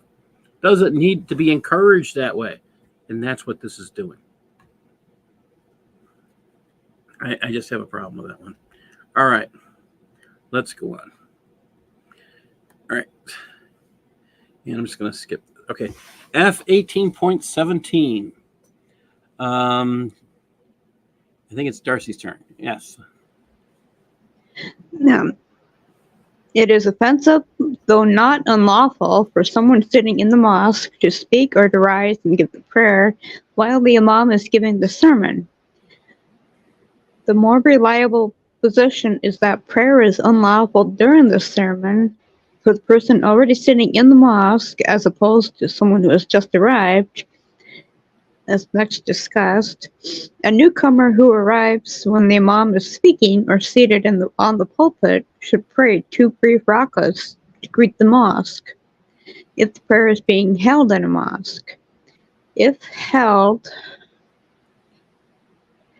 opposed to someone who has just arrived, as next discussed, a newcomer who arrives when the imam is speaking or seated on the pulpit should pray 2 brief rakas to greet the mosque if the prayer is being held in a mosque. If held elsewhere, one should intend them as the 2 rakas that are sunnah before the Friday prayer. Though if one has already prayed these at home, one should simply sit down without praying. It is offensive for a latecomer to simply omit the 2 rakas of greeting the mosque, though if one enters the mosque at the end of the imam's sermon and believes that praying them will prevent one's participating in the opening Allahu Akbar with the group, then one should remain standing until they rise and incorporate one's greeting the mosque into the obligatory prayer. So we have a problem. I mean, this partially makes sense. You don't want somebody, because they have to talk out loud. There's nothing saying they have to, but you see this. They'll say these words out loud. They'll repeat these. Again, they're repeating the Quran out loud. And if you're doing this, wouldn't that disturb someone whose intention is to speak at that moment, the guy that you're paying to do the public speaking? I just think it's a statement to say don't be rude. Originally, that's what we've got here. Now we have the latecomer coming in. They're saying you don't interrupt you don't come in and start praying, but at the same time they're telling him to do it. So which this is contradictory. It says, do it, don't do it, do it, don't do it. If you could figure this part out, it says, again, the guy who comes late has to do these rakas. But they just said, don't pray while he's doing the sermon. This is like you're supposed to, but you're not supposed to, but you're supposed to, but you're not supposed to. And if you're not copying the imam, your prayer is invalidated. Oh, so why are you there? This is just bad. It doesn't make sense. All right, now we're up to what John Wilson was. We're up to F18, 18.18. And Sharon, if you could read that one, please. It is recommended to recite Al-Kaf, Quran 18, and invoke blessings on the Prophet on the night before Friday and during its day. Okay. This is the part that kind of made me laugh. He mourns the cave and prayer. Again, it's a gobbledygook translation. Again, are we praying for the dead guy? Yeah. Oh, again, another thing here.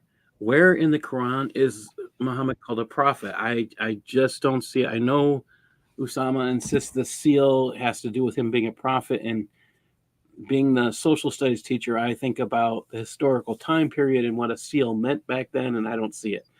So that's where he and I differ. But I just don't see any place in the Quran that Muhammad is called a prophet. And why would you pray for a dead guy? Invoke blessings on a dead guy. I don't get that. I mean, does anybody else get it? No. But are you talking about this? I'm sorry, I finally got back online. But just rejoining, obviously. Well, are you talking?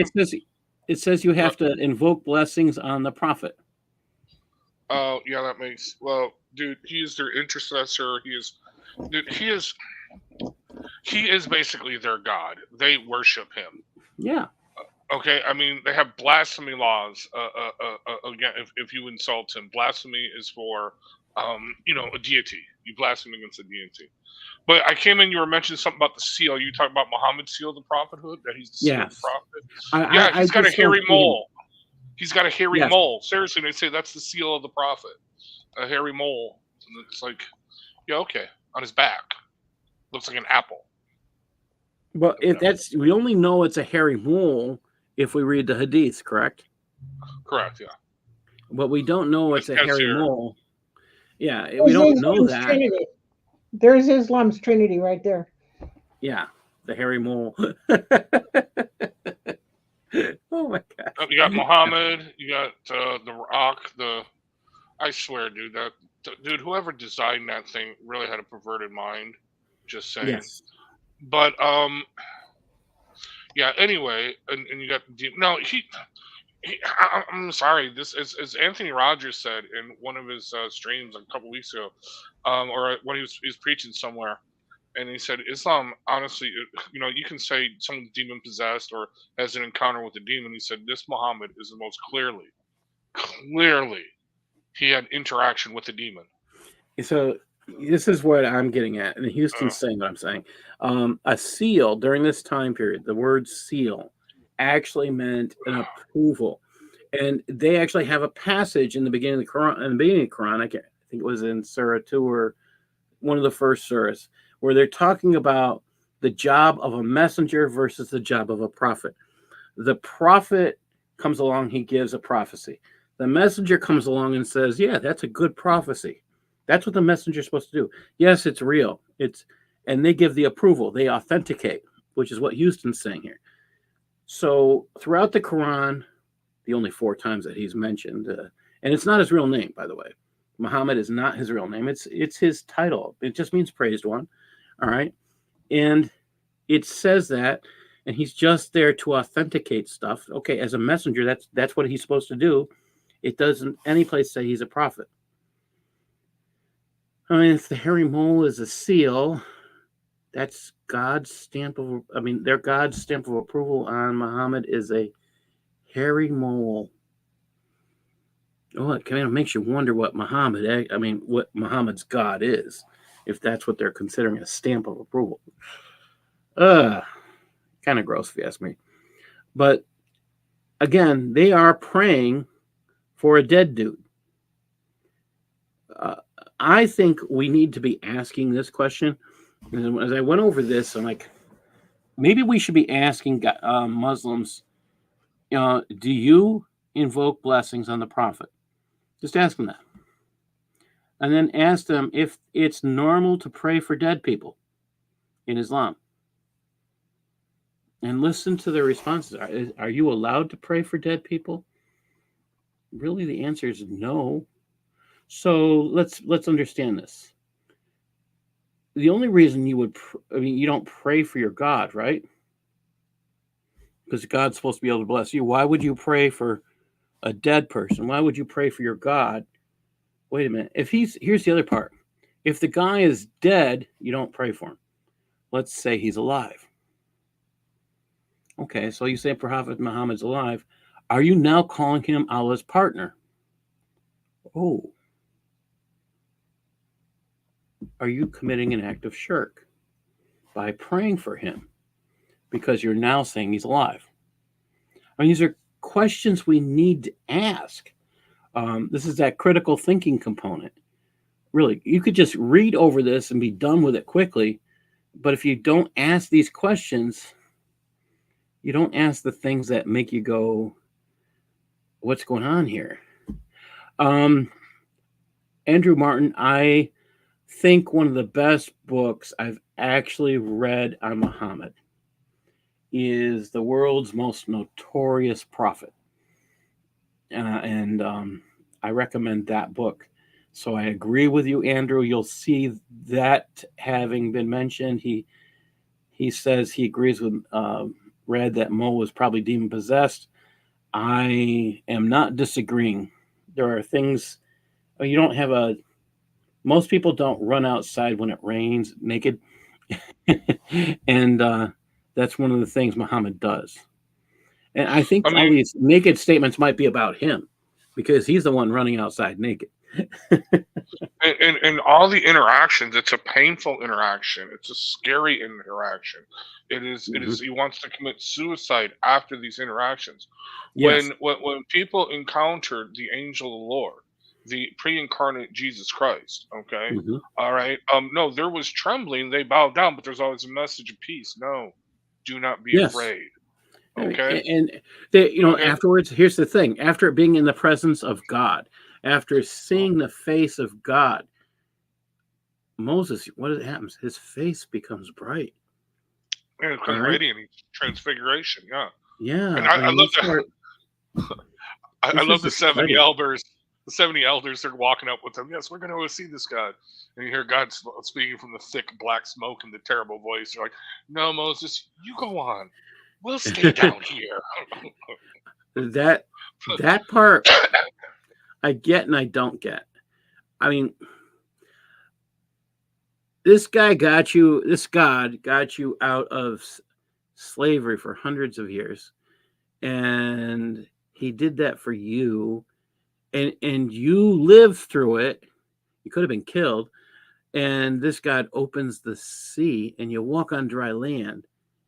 And you still don't want to get as personal as you can. I mean, it says I'll never get that part. Thick black smoke in the terrible voice he spoke from the mountain. Okay? Yeah. I'm not going to deny it. Doesn't sound scary. I'm not going to deny that. Well, here's the thing. They were always also grumbling. Remember, they were always, and no, I get it. The Jewish Targums, not Targums, the Talmudic Mishnah has it that God levitated the mountain over the camp. Okay, I mean, no, lifted up the mountain and levitated over the camp. Okay, and there was always a threat that he could just take that mountain and just smash it on them, on their heads. Okay, that is that is their portrayal of it, and that is a scary, terrible thing. And they still rebelled, and they sacrificed to the golden calf and forced Aaron to strap on their swords and go to the camp backwards and forwards. Yes, terrible day. But anyway, we digress. Let's continue on. I'm sorry. Oh my gosh. Yeah, I'm trying to stick in here. We're almost done. F18.19. Red, you want to read the last one? Sure. Okay, which one am I going, to the left or to the right? To the left. To the left, okay. It is recommended to supplicate. Wait, it is recommended to supplicate Allah much on Fridays. What? Allah This much on doesn't- Fridays. What is that? Okay, let's read the whole thing because that's not making any sense. It is recommended to supplicate Allah much on Fridays, seeking the moment when prayers are answered. O, colon, in view of the hadith related by Bukhari and Muslims. There is a moment on Friday when the slave shall not ask Allah for anything, save that he will give it to him, which lies between the time of the Imam first sits on the pulpit and when the prayer is finished.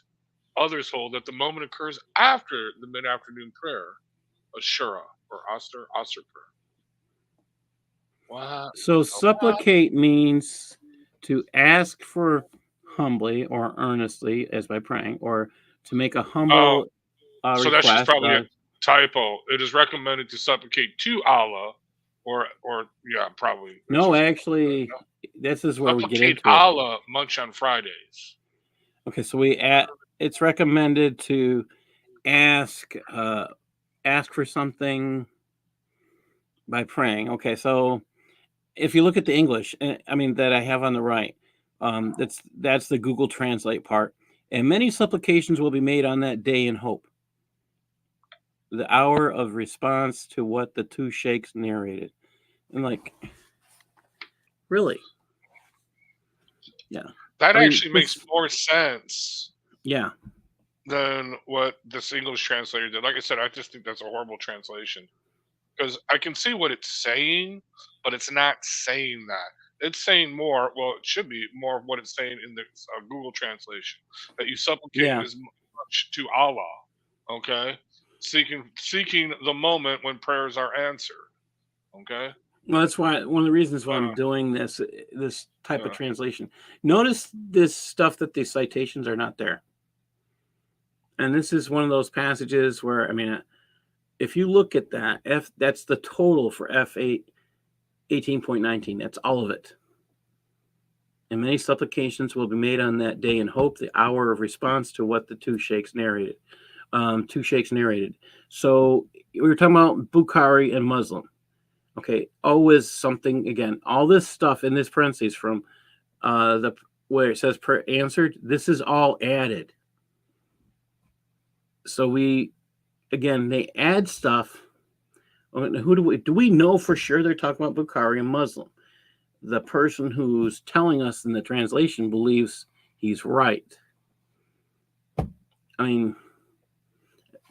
This is another problem where Islam is not always specific and this guy's trying to compensate for Islam not either knowing or not specifying.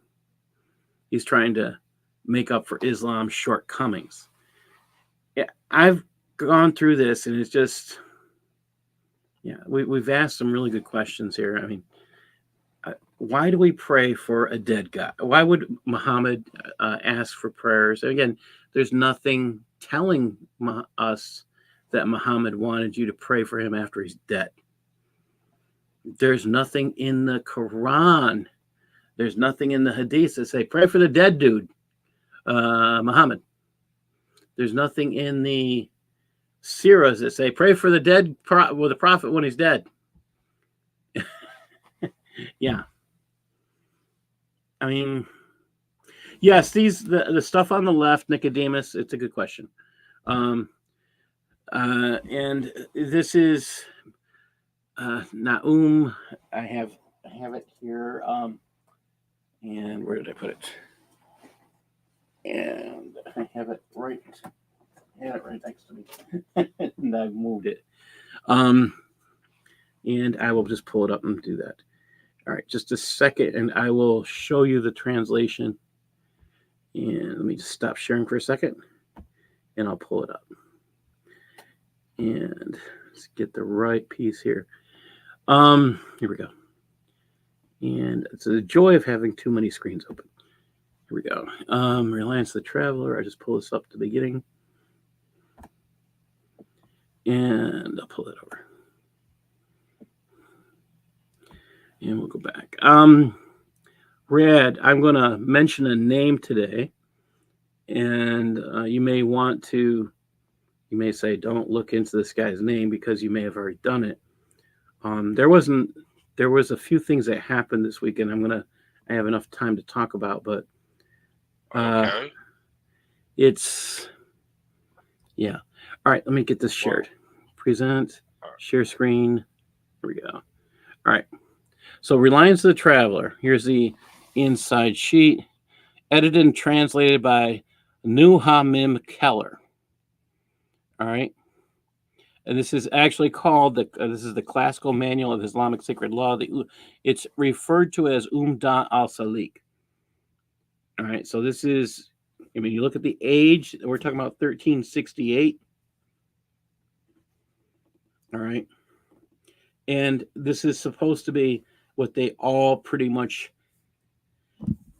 the majority of them agree on. Yeah. So it's pretty much all four Sunni schools agree on most of this. They will tell you the exceptions to the rule in here. And this is the Sunni schools. Yeah. Why are we talking about the Sunni law versus the Shia law? Because there's far more Sunnis than there are Shias. And that's the reason. Here's the other thing.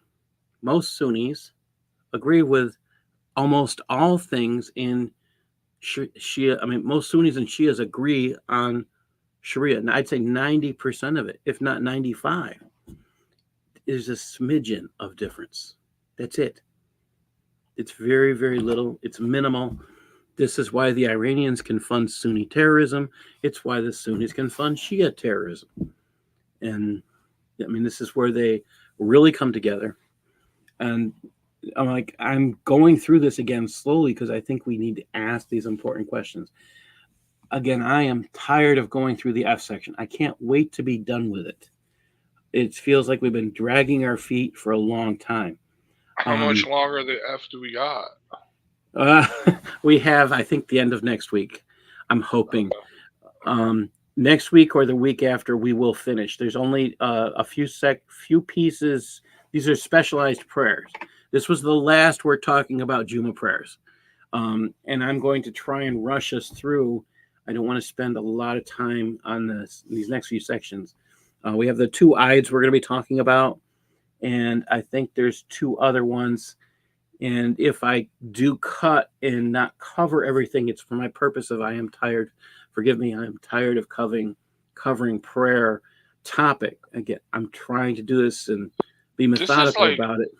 Overly complicated to pray to your God. Yes. It's almost like, why bother? To me, it says why commit. It's easier than praying to go commit an act of jihad. Oh, if your God's willing to invalidate your prayers if you make a mistake, if you fart, if you do any of these things, and it explained. I suddenly understand why we have imams like this guy in Texas who really know nothing about the Quran and pretend he does, but he doesn't have to know it. All he has to know is Sharia. My question is, has anybody asked him what he knows about Sharia? If he doesn't know Sharia, he can't be the imam. Because that's the only requirement. He has to know Sharia. He only has to know the first surah. That would explain his... he doesn't have to know what it means in English. He has to know how to say it. You'll meet people who call themselves the guy that we met in Ohio, who has no clue about anything Arabic, but he claims to have knowledge, and he won't read the translation. Believe me, things that just go, whoa, what's going on here? But as Usama tells me, that's exactly what you run into all the time. Like, they don't know because they're told not to read it if it's not in Arabic. Right. What it boils down to is the complete control and fear mongering that Islam is all about. Yes. It's just every aspect of every living being. Just Houston, why? I'm going to pick on something Houston said because this is where reading this and going through it slowly and methodically leaves me with the impression again that some Shariah, I think there was like etch a sketch type thing going on here. We'll write this and then we'll make an adjustment in the hadith. That's how my thoughts are going. I could be wrong. I'm kind of there. I'm closer to what you're saying. And I think it's easier, actually. I think it's much easier for them to agree on things. It's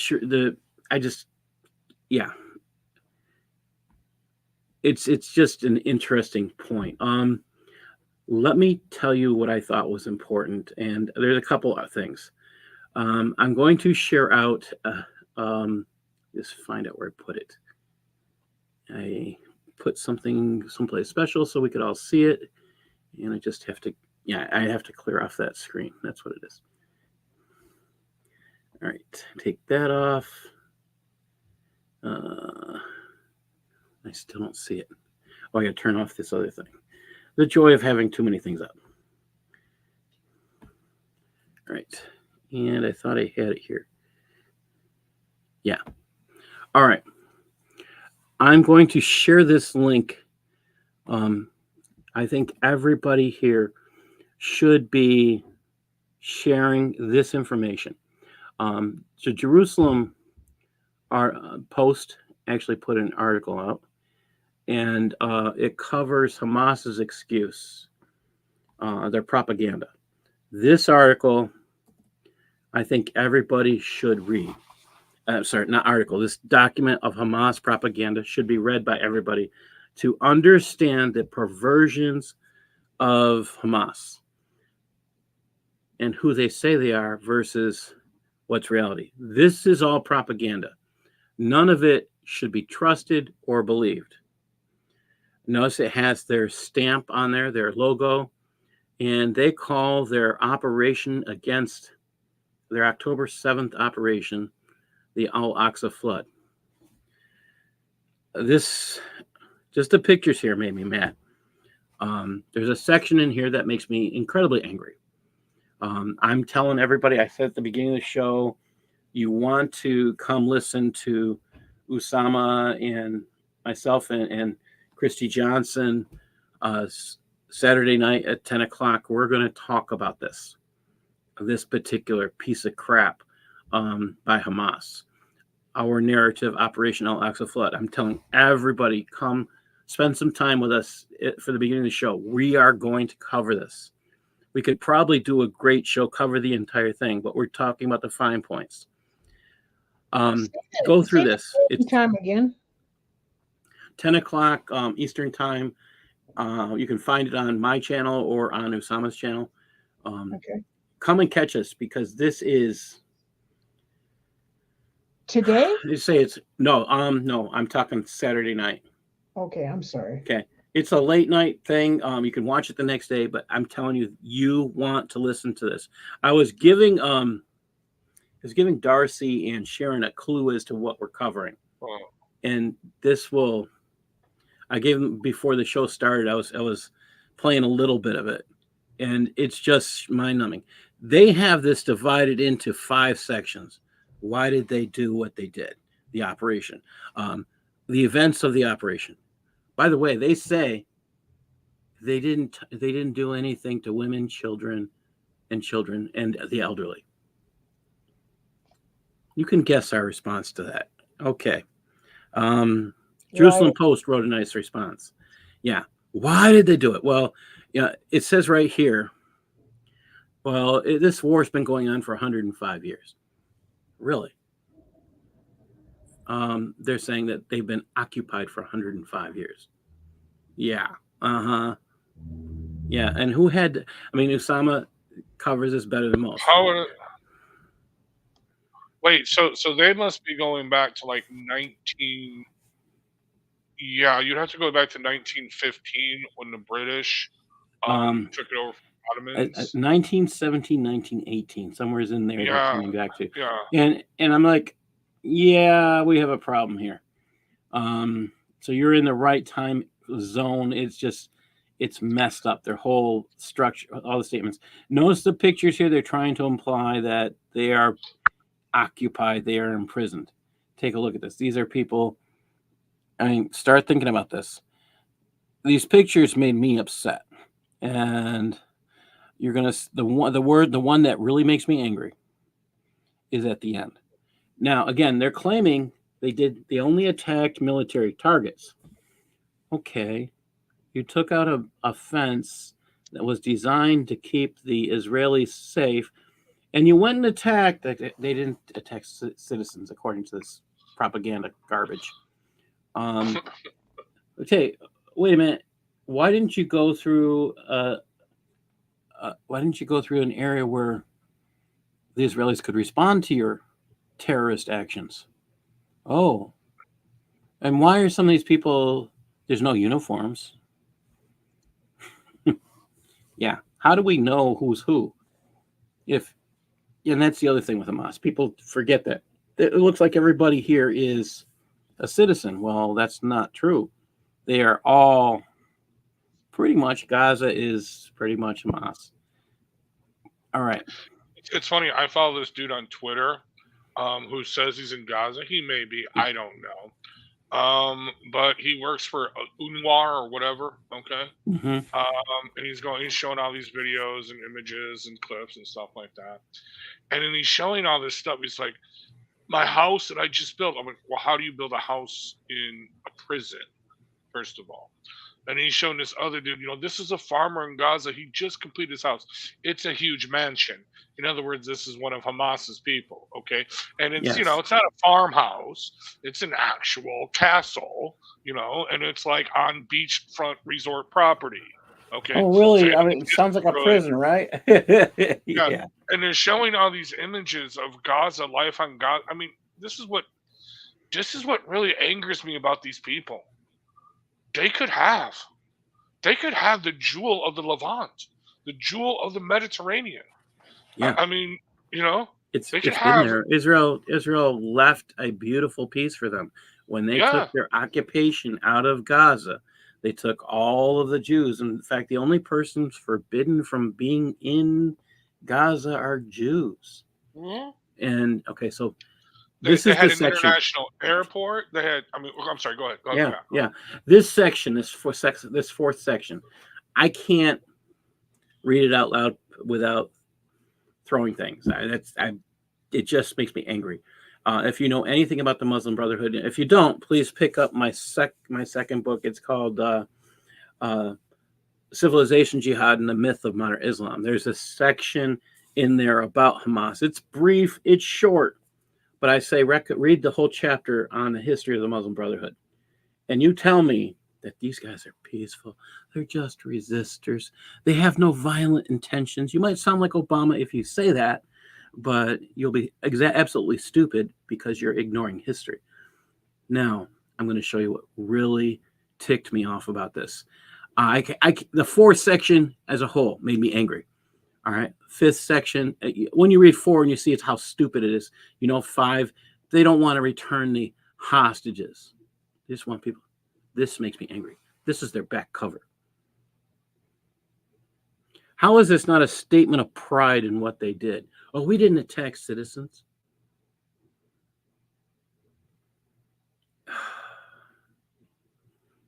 Well, no, that's their excuse, okay?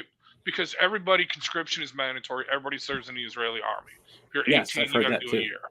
Okay. Yeah. So they were off duty. It's like National Guard duty. Okay, you do 2 weeks out of the month, or no, 2 days, 1 weekend out of the month, and 2 weeks out of the year, kind of deal. Okay. Yeah. All right. So because these kids, these college age students, were at this music festival. Okay. They weren't serving in the military at that time, but because they were actually still active duty, okay, therefore that makes them legitimate targets. Um, no, it's not, because they weren't in uniform and they weren't acting in a military capacity.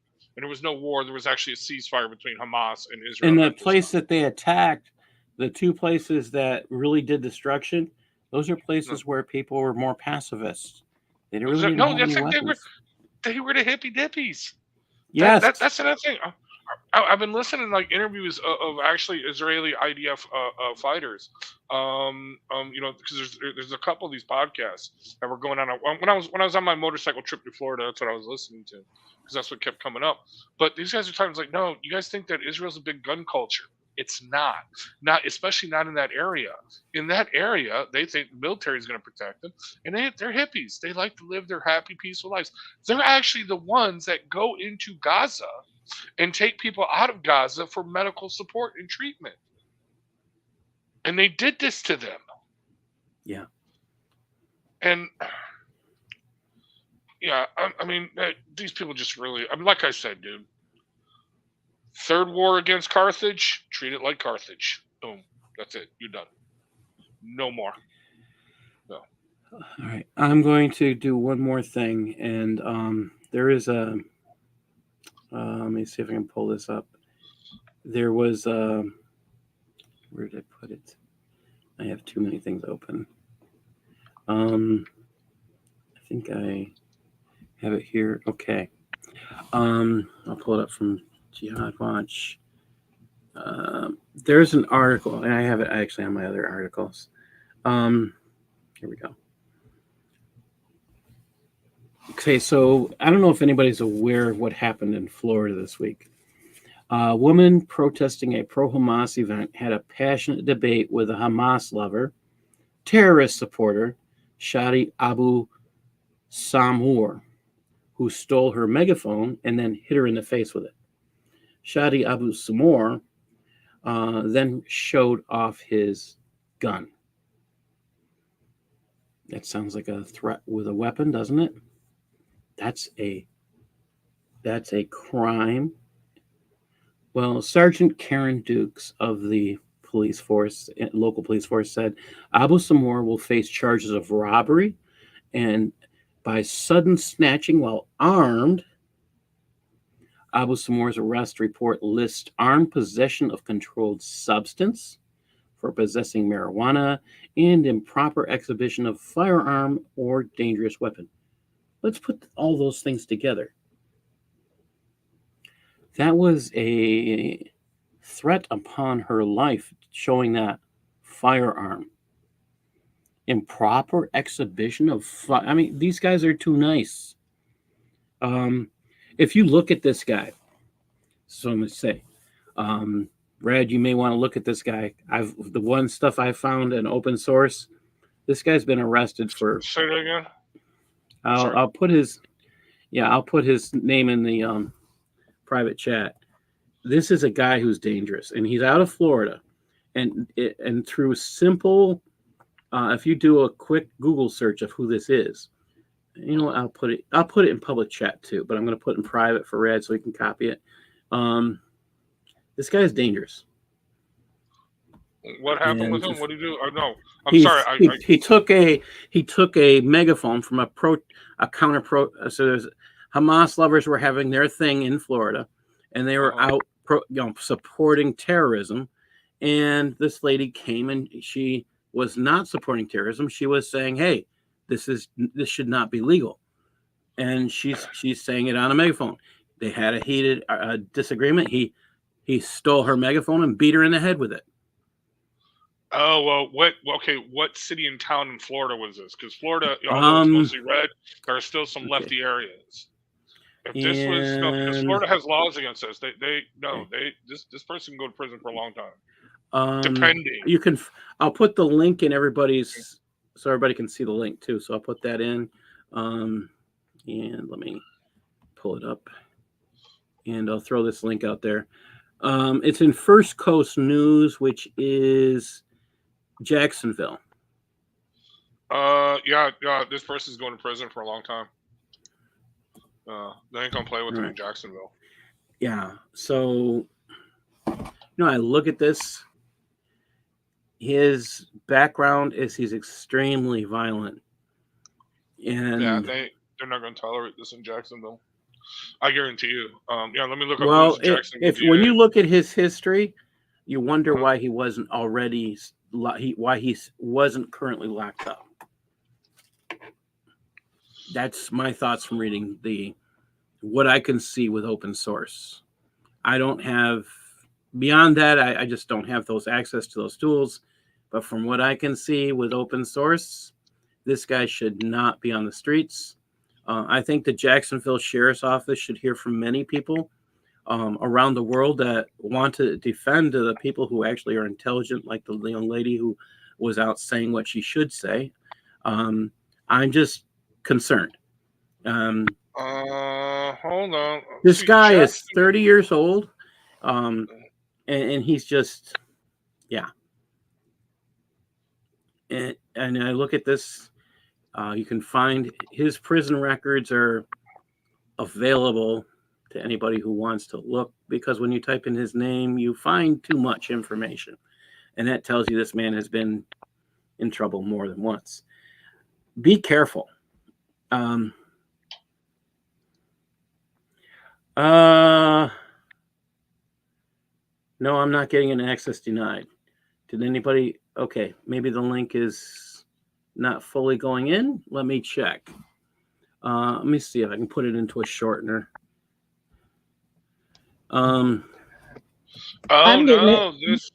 this Jacksonville district attorney, no. Well, she was elected saying she was going to reform the office, but I'm just doing some. No, people are walking out of jail. A man accused of arson and murder walked out of the Jacksonville jail for the first time in 3 years. The new state's attorney, Melissa Nelson, had fired the man's old prosecutor, and now her office admitted the case against him is weak. A woman who had shot her husband as he beat her would say it was Nelson who brought her justice. The old state's attorney had said that he acted in anger, but Nelson disagreed. She dropped all charges.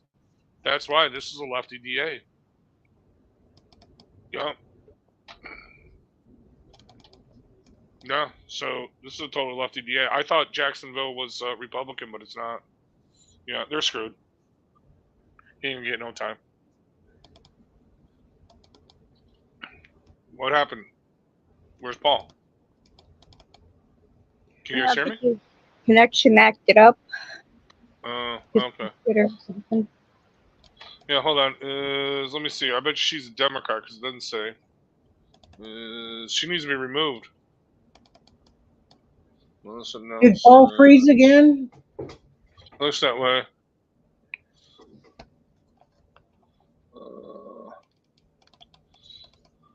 Of course, it doesn't say. Must be a Democrat because they don't like to put D when you search them. No, Melissa Nelson, Republican Party, is a Florida 4th Judicial Circuit State Attorney. She's Republican. She assumed office in 2017. Huh. There's some bad Republicans out there too. I mean, look at the one in Kerry Lake is taken to court. You know, this is true. Yeah, yeah. Huh. All right. I'm going to have to look into her. This is interesting. Because I thought Jacksonville was Matt Gates' district, but I could be wrong. I mean, I used to be a fan of Matt Gates, but not so much anymore. But, yeah, I'll have to look into that. So I was trying to find a place to shorten, and I think I opened up something, and yeah. Welcome back to your show, Paul. Oh, the joy of, yeah. The joy of, I don't understand what's going on. It's only when I'm online with StreamYard that I'm having issues. So I don't know what to do with that, but did anybody actually have error problems besides Nicodemus, or? I got in.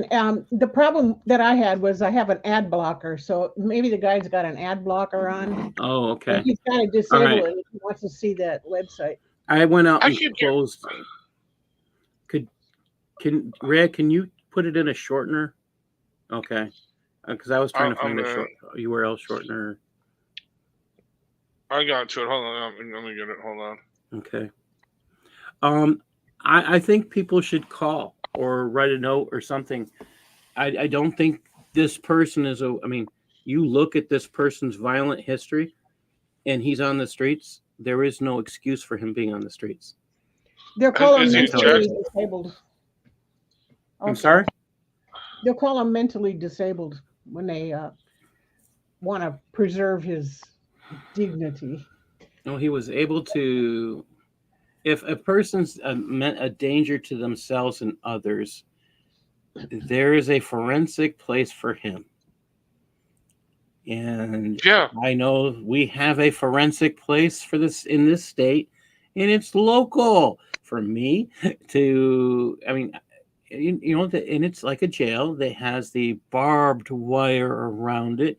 You can't leave without permission, and the guards Wait, are they state have that in prison New guards. York? Oh They have that yes. in New York? Oh yeah. I'm shocked at And that. Really? oh, it's been here. There's a reason why they called places funny farms, because they actually were farms and they actually were very therapeutic. They actually, people who were mentally ill would work on a farm and take care of things, and it actually would help them get better. So they might have called them funny farms, but they were actually good for the people. They were self-supportive, and now we just But pay wait, they tax have. money. Wait, I'm sorry. No, I'm shocked. New York has involuntary commitment Oh yeah, because that's unheard of. No, that's. I mean, no. no. Illinois, we don't have It's that. called forensic. Um, It's we call it really? forensic. Yeah, yeah. And Oh, most states have what they call um, forensic measures like that. Yes, wow. Because I know it's how I it's know it's the wording. they're trying to reinstitute it in like these really lefty far gone cities like Portland, Seattle, San Francisco, San Diego, Oh well, yeah. They've let everybody Oakland. out. Yeah, Yeah, and they're like, no, we can't do that. Like, no, you actually can, and you actually should, because these people need mental health. They need help. They they didn't need live on the help, and streets of penalty. they don't understand that they don't have the capacity sometimes to know enough to take care of themselves, and And that's it's a from somebody combination. who did a. Oh, go ahead. It's a number of things. It's not something simple. Yeah, it's a Let me give you combination one of more mental story. health and drug Yeah. abuse. Yeah, go ahead. Yeah. Well, there's other things. There's another story Yeah. here I think that should be mentioned. Um, let's see. There's a couple of them here.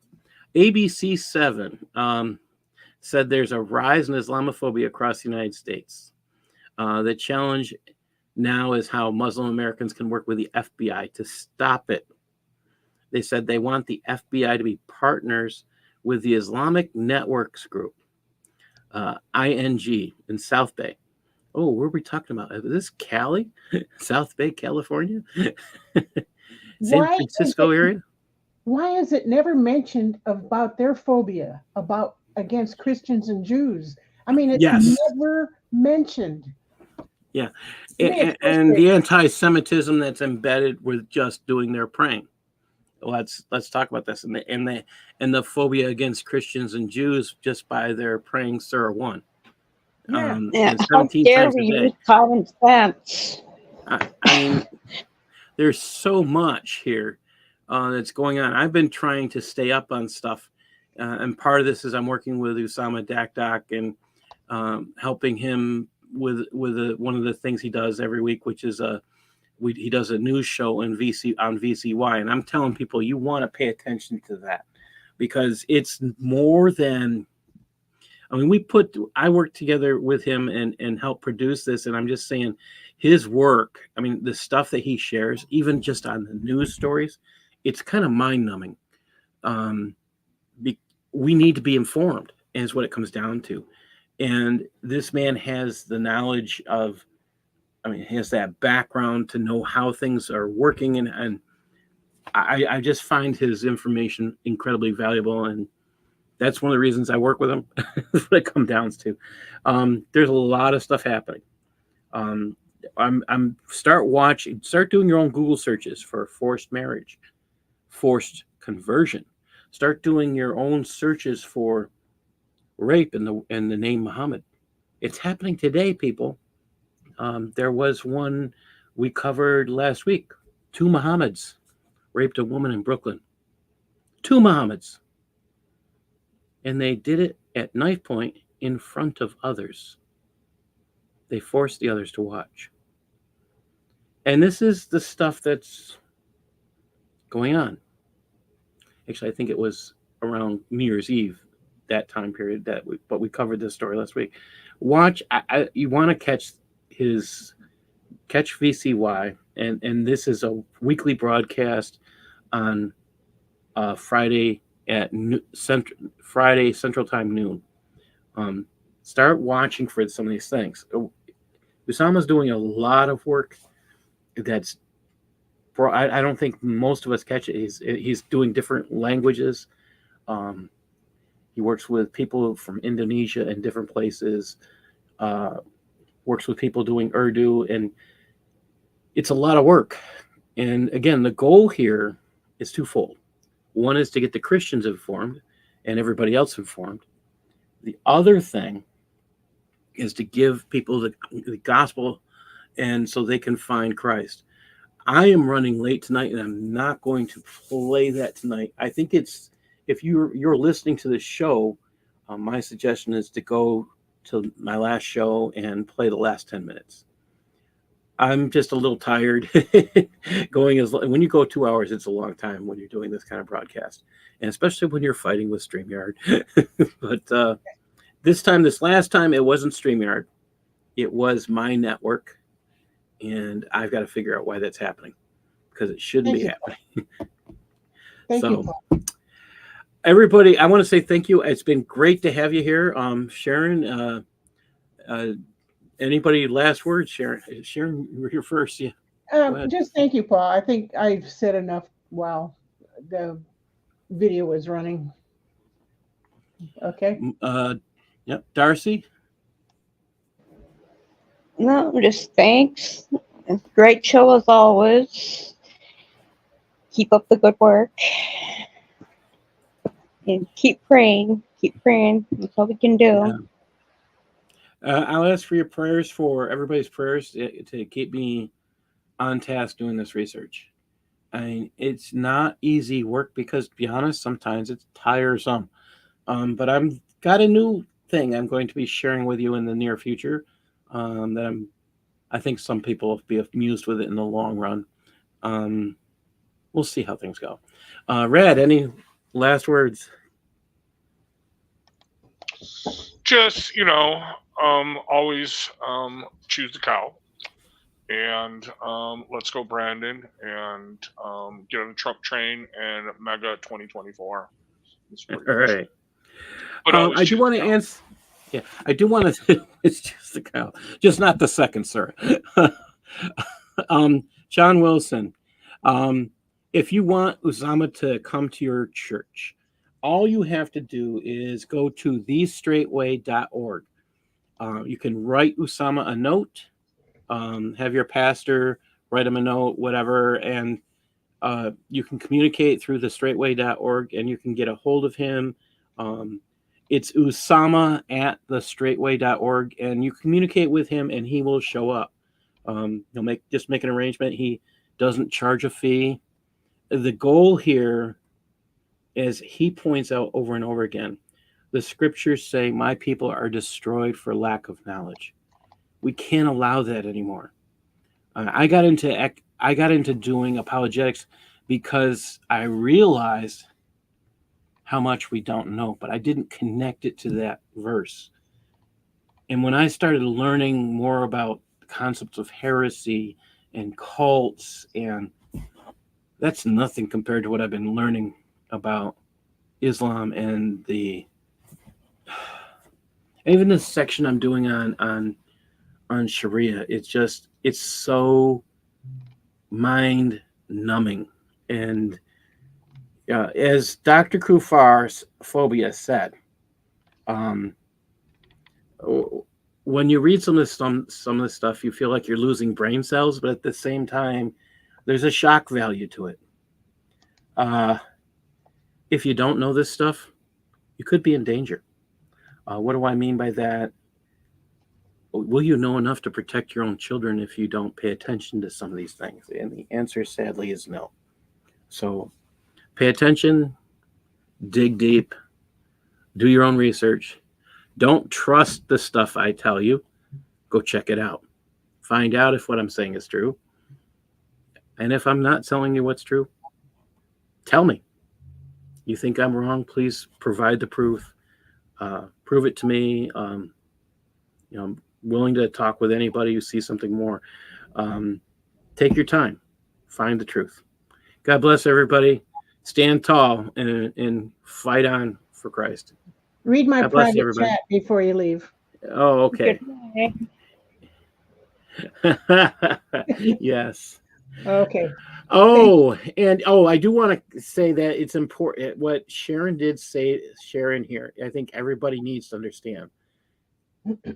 And that was during Christmas 2023.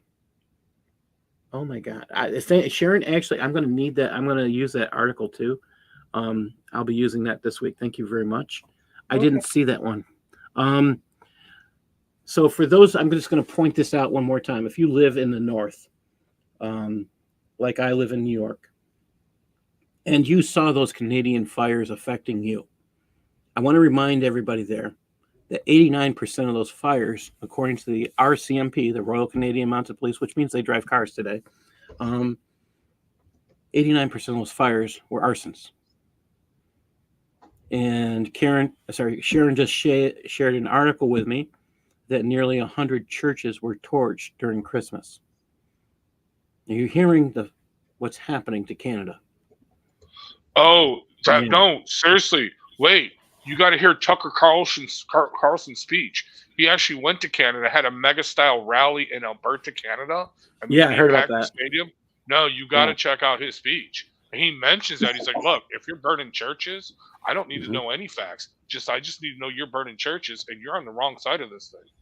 And evidently, I didn't know that they were actually burning churches, but they are burning churches, right? I'm going to check out this article. You know what I mean? But evidently they are. So I'm going to put that article out for everybody. I think this also should be shared. This is by Raymond Ibrahim. I know Raymond Ibrahim. He's somebody that I trust explicitly. I mean, do they know his work is outstanding. I recommend this article by Raymond Ibrahim, who wrote this. It says, according to mainstream media, all of which are left of left.